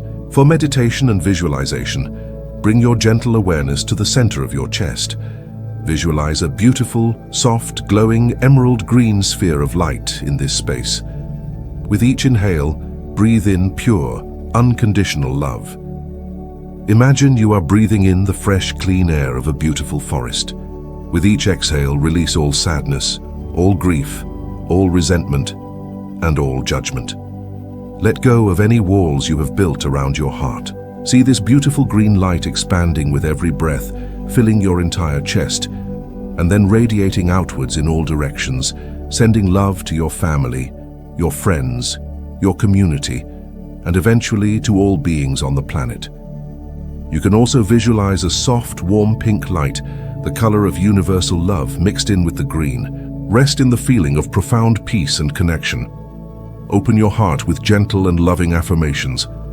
I am open to giving and receiving love freely. I love and accept myself unconditionally. I choose to forgive myself and others. I live in a state of grace and gratitude. My heart is healed and whole. I am an instrument of peace. Physical movements that open the chest and shoulders are key for the heart chakra. In yoga, poses like cobra pose, Bhujangasana, upward facing dog, Urdhva Mukha Svanasana, and camel pose, Ustrasana, create a beautiful, expansive opening across the front of the chest. Fish pose, Matsyasana, is also a wonderfully restorative heart opener. Any kind of gentle stretching that pulls your shoulders back and opens your posture helps to free the energy of the anahata. The simple act of giving and receiving a heartfelt hug is also a powerful heart balancer. The seed mantra for the heart chakra is Yam. Chanting this sound helps to gently open and expand the energy in the chest. It has a softer, more airy quality than the lower chakra mantras. Listening to music that is uplifting, devotional, or that has a sense of spaciousness can be very healing for the heart. From a nutritional perspective, the color is green. This one is simple. Eat your greens. Leafy greens like spinach, kale, and chard are packed with life force energy. Other green foods like broccoli, avocado, green beans, and zucchini are all wonderful. Green tea is also very cleansing and supportive. For aromatherapy, floral and gentle essential oils are the language of the heart. Rose is the ultimate oil for the heart, carrying the frequency of unconditional love. It is deeply healing for grief and emotional wounds. Geranium is balancing for the emotions and is sometimes called the poor man's rose. Bergamot is a citrus oil that is particularly good for lifting the spirits and helping to release self-judgment. For crystal support, green and pink stones are the allies of the heart. Rose quartz is the quintessential stone of unconditional love for both self and others. Green aventurine is a stone of good fortune and emotional calm, often called the stone of opportunity. Rhodonite is a beautiful pink and black stone that is particularly helpful for healing emotional shock and for grounding the energy of love in the physical world. Place these stones over your heart during meditation or wear them as a pendant. Chapter 9. The Art of Creation, Using Intention to Shape Your Reality. We stand now at a pivotal point in our shared exploration. We have journeyed deep into the unseen architecture of our being, illuminating the radiant aura and tuning the sacred chakras. We have learned to cleanse and shield our energy, to nourish ourselves with high-vibration foods, and to understand the profound creative power of our thoughts and emotions. All the knowledge and all the practices we have accumulated have been leading us to this profound and exhilarating truth. You are not a passive observer of your life, but its principal creator. You are not a cork tossed about on the waves of fate. You are the artist, and the universe is your canvas. This chapter is where we gather all the threads of our learning and weave them into the magnificent tapestry of conscious creation.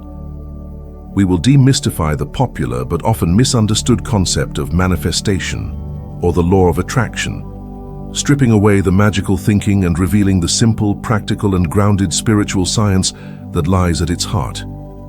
This is not about wishful thinking or getting what you want through sheer force of will. The art of creation is far more elegant, a beautiful and collaborative dance between your personal energy and the infinite, intelligent energy of the universe. It is the art of aligning your thoughts, your feelings, your words, and your actions with the deepest desires of your soul, and then allowing the universe in its infinite wisdom to orchestrate the details. In this chapter, we will lay out a clear, step-by-step framework for becoming a master of your own creative process. We will learn the critical importance of getting crystal clear on what you truly desire, moving beyond the superficial wants of the ego to uncover the authentic yearnings of your spirit. We will explore the vital role of feeling, learning how to embody the emotional frequency of your desired reality as if it were already here, for it is this feeling state that is the true magnetic signal you send out to the cosmos. We will discuss the power of visualization, not as a mental exercise, but as a full sensory immersion into the world you wish to inhabit. And we will uncover the often overlooked but absolutely essential ingredient of inspired action, learning to distinguish between the frantic, effortful pushing of the ego and the graceful, intuitive flow of divinely guided steps. We will also address the common roadblocks to manifestation, the limiting beliefs, the hidden fears, and the sneaky saboteur of self-doubt that can block the flow of creation. This is not about being perfect. It is about becoming conscious. It is about understanding that you are in every single moment creating your reality, whether you are doing it consciously or unconsciously. The practices in this chapter are designed to shift you from being an unconscious creator, manifesting by default based on old programming, to a conscious creator, manifesting by design based on your highest vision for your life. This is your birthright. The entire universe is conspiring in your favor, waiting for you to give it clear and joyful instructions. So, take a deep and trusting breath. It is time to pick up your brush and begin to paint your masterpiece. The first and most foundational step in the art of conscious creation is clarity. You cannot ask for what you want if you do not know what you want. This might sound obvious, but it is a step that is surprisingly and frequently overlooked. Many people have a vague sense of what they desire. I want to be happy, I want more money, I want a good relationship. But these are not clear intentions. They are fuzzy wishes. The universe responds to specificity. A vague request will get a vague result. Imagine you are ordering from a cosmic catalog. If you simply write food on the order form, you might get a can of lima beans, when what you really wanted was a delicious handcrafted pizza. The universe works on the same principle. The clearer and more specific you can be about your desire, the more easily the universe can conspire to bring it to you.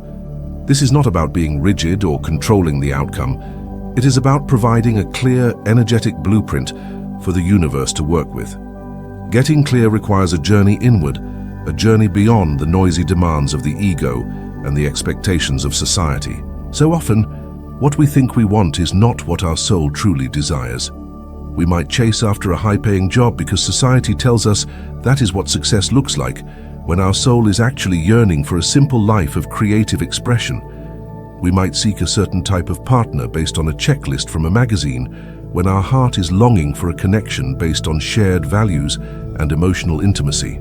The first part of gaining clarity, therefore, is an act of deep and honest self-inquiry. You must be willing to get quiet and listen to the subtle whispers of your own heart. A powerful practice for this is journaling. Find a quiet space, take a few deep breaths to center yourself, and begin to write freely in response to some powerful questions. What would you do with your life if you knew you could not fail? If money were no object, how would you spend your days? What activities make you lose all track of time? When in your life have you felt most alive, most joyful, most authentically yourself? What qualities do you most want to experience in your daily life, such as peace, freedom, creativity, connection, or adventure? Do not censor yourself. Do not judge your answers. Just let the words flow. This is a process of excavation, of digging for the treasures that lie buried beneath the rubble of shoulds and supposed tos. As you begin to get a clearer sense of your soul's desires, the next step is to frame them as a clear, positive, and present tense intention. The language you use is incredibly important because words themselves carry a powerful vibration. Your intention should always be stated in the positive. The universe does not really process the word not. If you say, I don't want to be in debt anymore, the universe just hears debt and focuses on the energy of lack. A more powerful intention would be, I am financially abundant and free, or I am enjoying a positive and ever-increasing cash flow. Do you feel the energetic difference?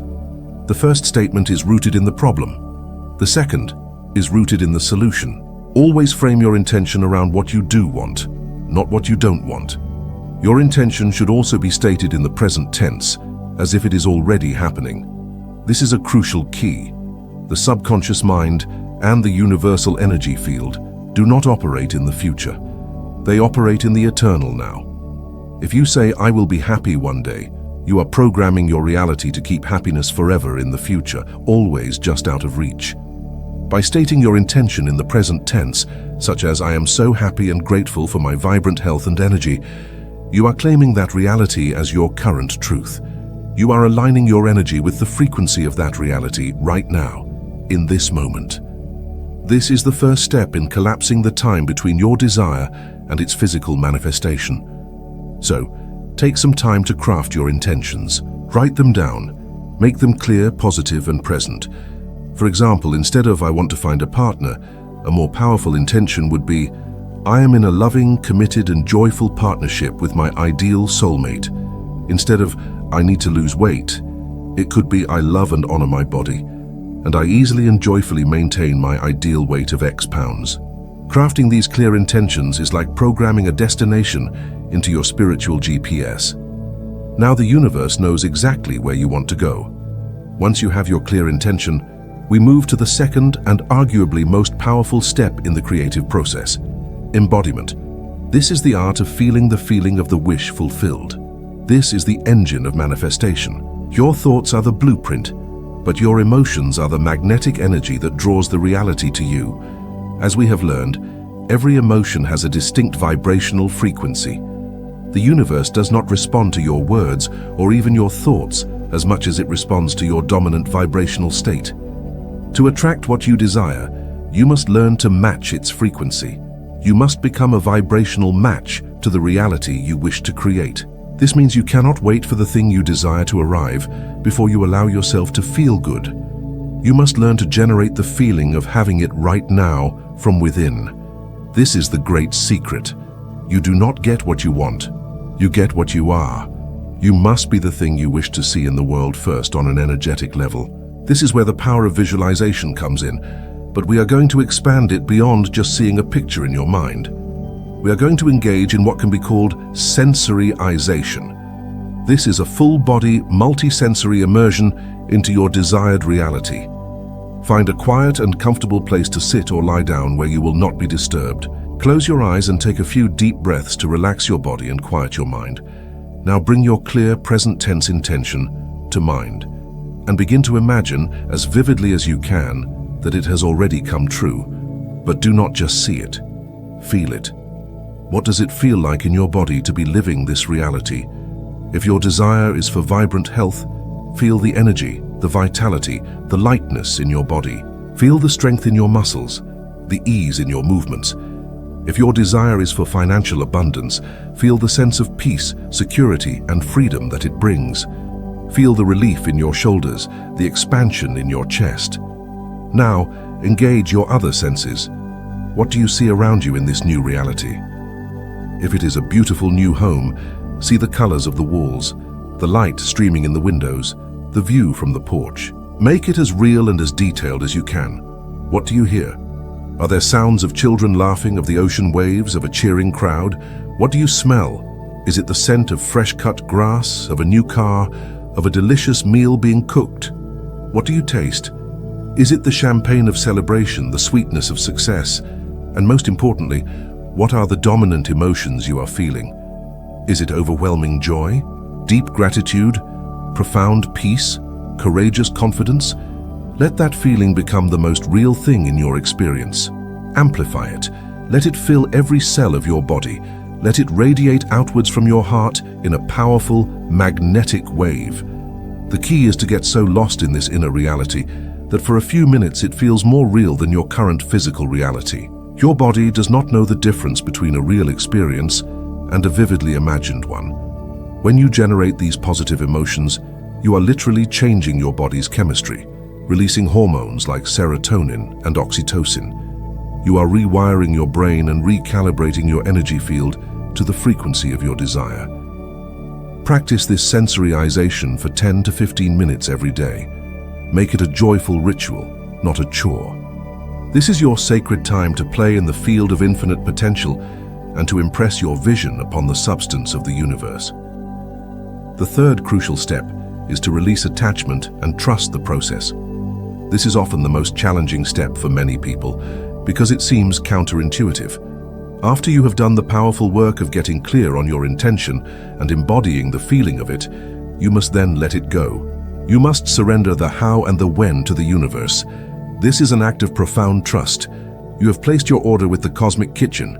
You do not need to keep running into the kitchen to check on the chef, to tell them how to cook, or to ask when the meal will be ready. That only creates resistance and signals to the universe that you do not really trust that your order is being taken care of. After you have done your visualization, you must release your desire with the unwavering faith that what you have asked for, or something even better, is on its way to you. One of the biggest blocks to manifestation is getting caught in the energy of needing. When you feel a desperate need for something, you are focusing on its absence. you are vibrating at the frequency of lack, and so you will only attract more lack. The energy of trust, on the other hand, is an energy of abundance.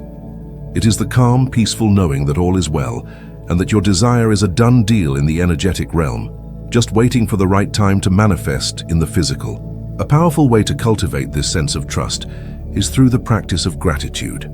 After your visualization, spend a few moments feeling deep and genuine gratitude for the fact that your desire is already yours in the spiritual realm. Say, thank you, thank you, thank you to the universe for orchestrating its perfect arrival.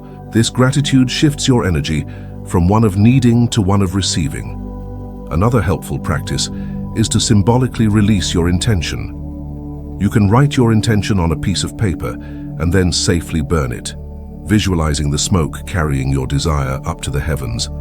Or you can write it on a stone and toss it into a river, trusting the current to carry it forward. The key is to shift out of the energy of striving and into the energy of allowing. The fourth and often most misunderstood step is to take inspired action. This is where the dance between you and the universe truly begins. Conscious creation is not a passive process. It is not about sitting on your sofa and visualizing $1 million until it magically appears on your doorstep. You're a co-creator with the universe. You have to do your part. But the action you take is not the hard, stressful, forceful action of the ego. It is inspired action. Inspired action is the action that you are intuitively guided to take after you have aligned your energy with your desire. When you are in a state of alignment and trust, the universe will begin to send you clues, signs, and opportunities. You will get a sudden urge to call an old friend. You will feel a nudge to go to a particular coffee shop.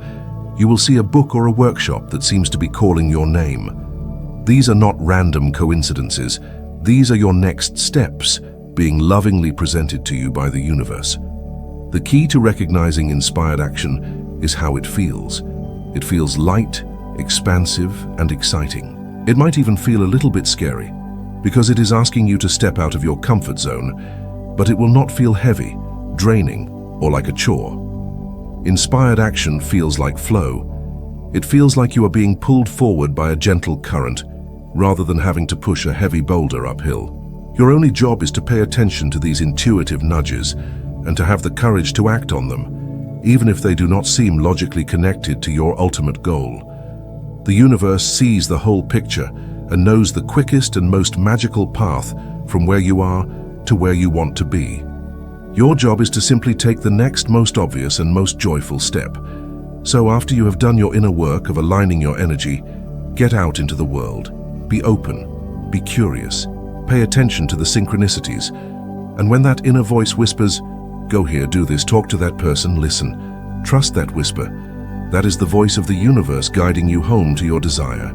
Finally, we must address the reality of what happens when things do not seem to be working. This is where we must become courageous spiritual detectives, willing to look at the subconscious beliefs and fears that may be sabotaging our creations. You can have a conscious desire for abundance, but if you have a deeply buried subconscious belief that money is the root of all evil or rich people are greedy, that subconscious program will always win. Your subconscious mind is like the 90% of the iceberg that is underwater, while your conscious mind is just the 10% on top. To truly become a master creator, you must be willing to do the work of bringing these limiting beliefs into the light of your awareness so they can be healed and released.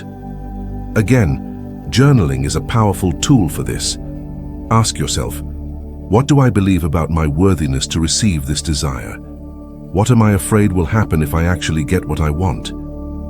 Does a part of me feel unsafe or undeserving of this reality? Be brutally honest with yourself. Once you identify a limiting belief, you can begin to dismantle it. You can challenge it. Is it really true? Where did you learn it?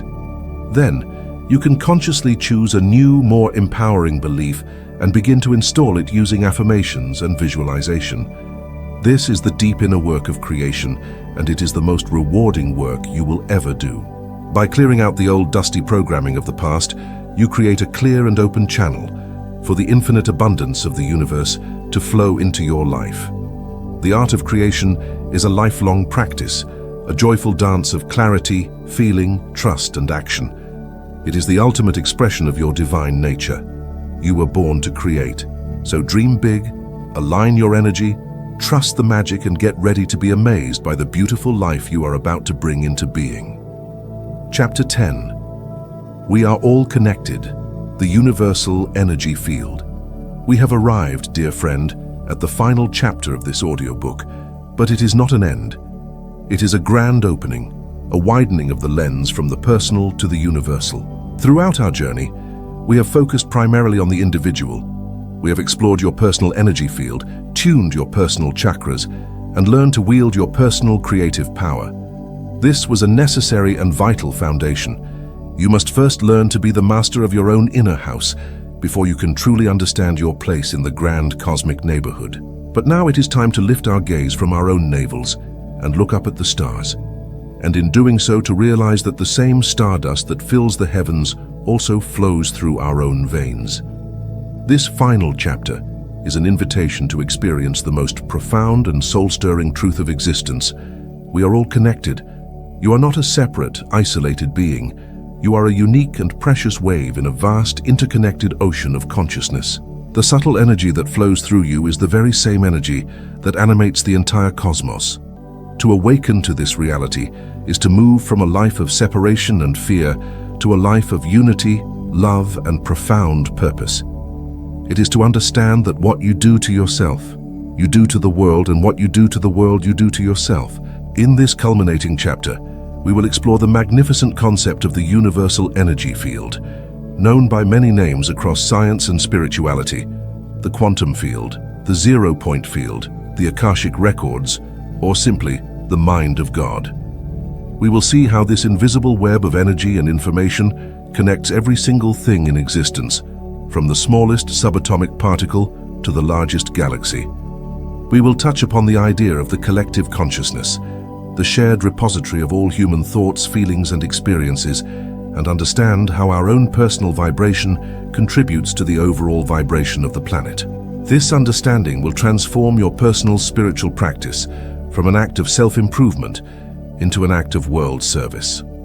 We will explore what it means to live from a place of unity consciousness, to see the divine spark in every person you meet, and to treat all of life with reverence and compassion. This is the ultimate goal of all spiritual paths.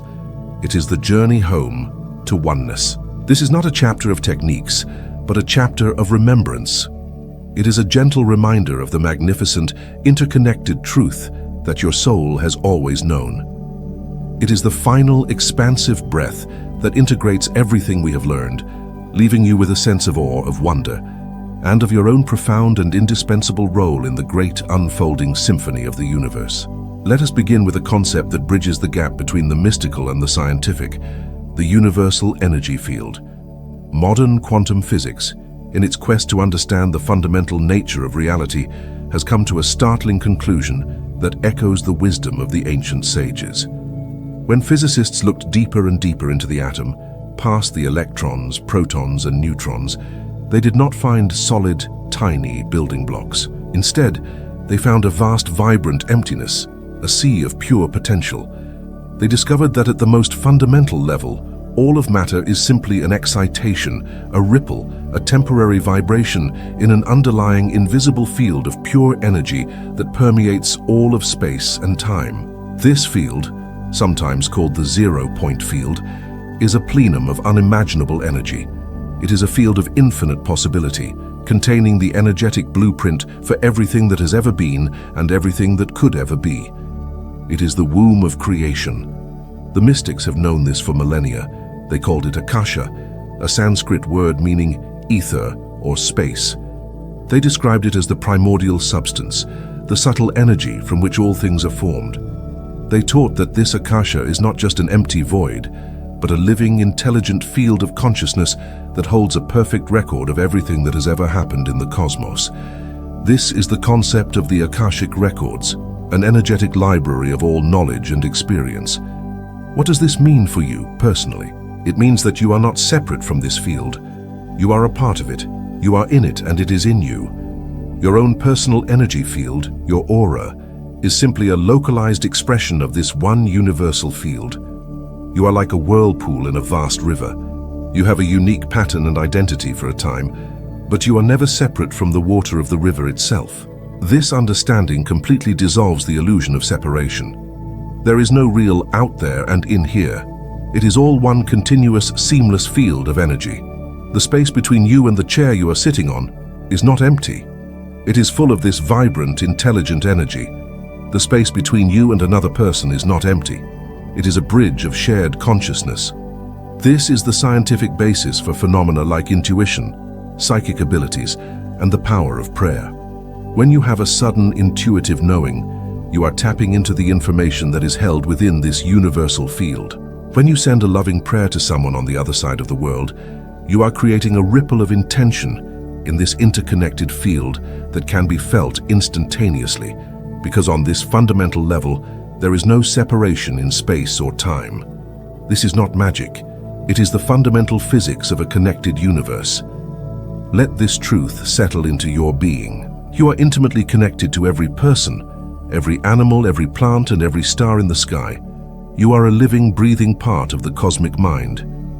This brings us to the fascinating concept of the collective consciousness. If we are all connected through this one universal field, then it stands to reason that the thoughts, feelings, and beliefs of all of humanity are also interconnected. This is the idea first popularized by the psychologist Carl Jung, who spoke of the collective unconscious. He proposed that in addition to our personal unconscious, filled with our own repressed memories and experiences, we are all connected to a deeper layer of consciousness that contains the archetypes, the myths, and the ancestral memories of our entire species. We can think of this as a kind of energetic or psychic atmosphere of the planet.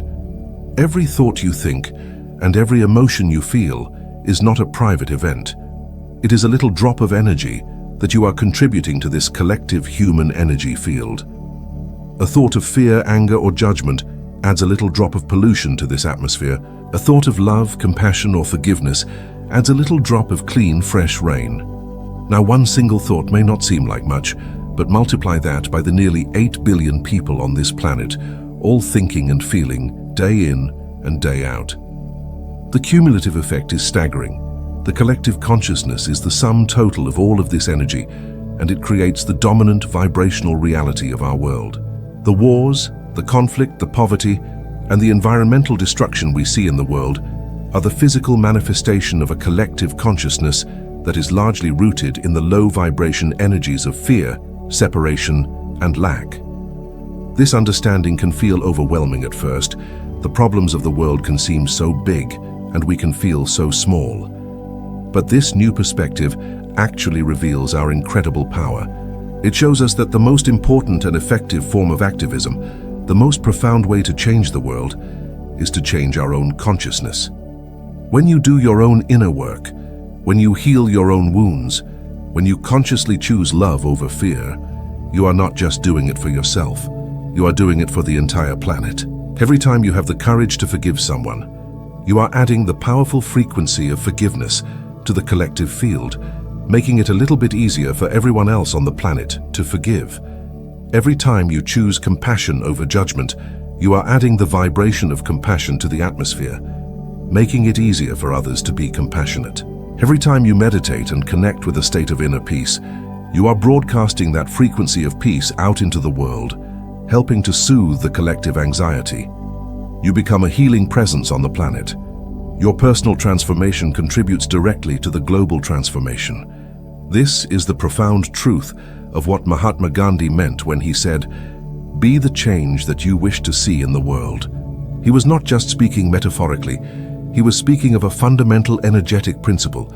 You cannot fight for peace, you can only be peace. Living from this place of unity consciousness radically transforms how you see the world and your place in it. It is the shift from me to we. It is the realization that the well-being of the whole is intrinsically tied to your own well-being. This consciousness invites you to see the divine spark, the same universal energy that lives in you, in every single person you meet. When you look at the person serving you coffee, the person who cuts you off in traffic, the political leader you disagree with, can you look beyond their personality, their beliefs and their actions and see the light of the one consciousness shining within them? This does not mean you have to agree with them or condone harmful behavior.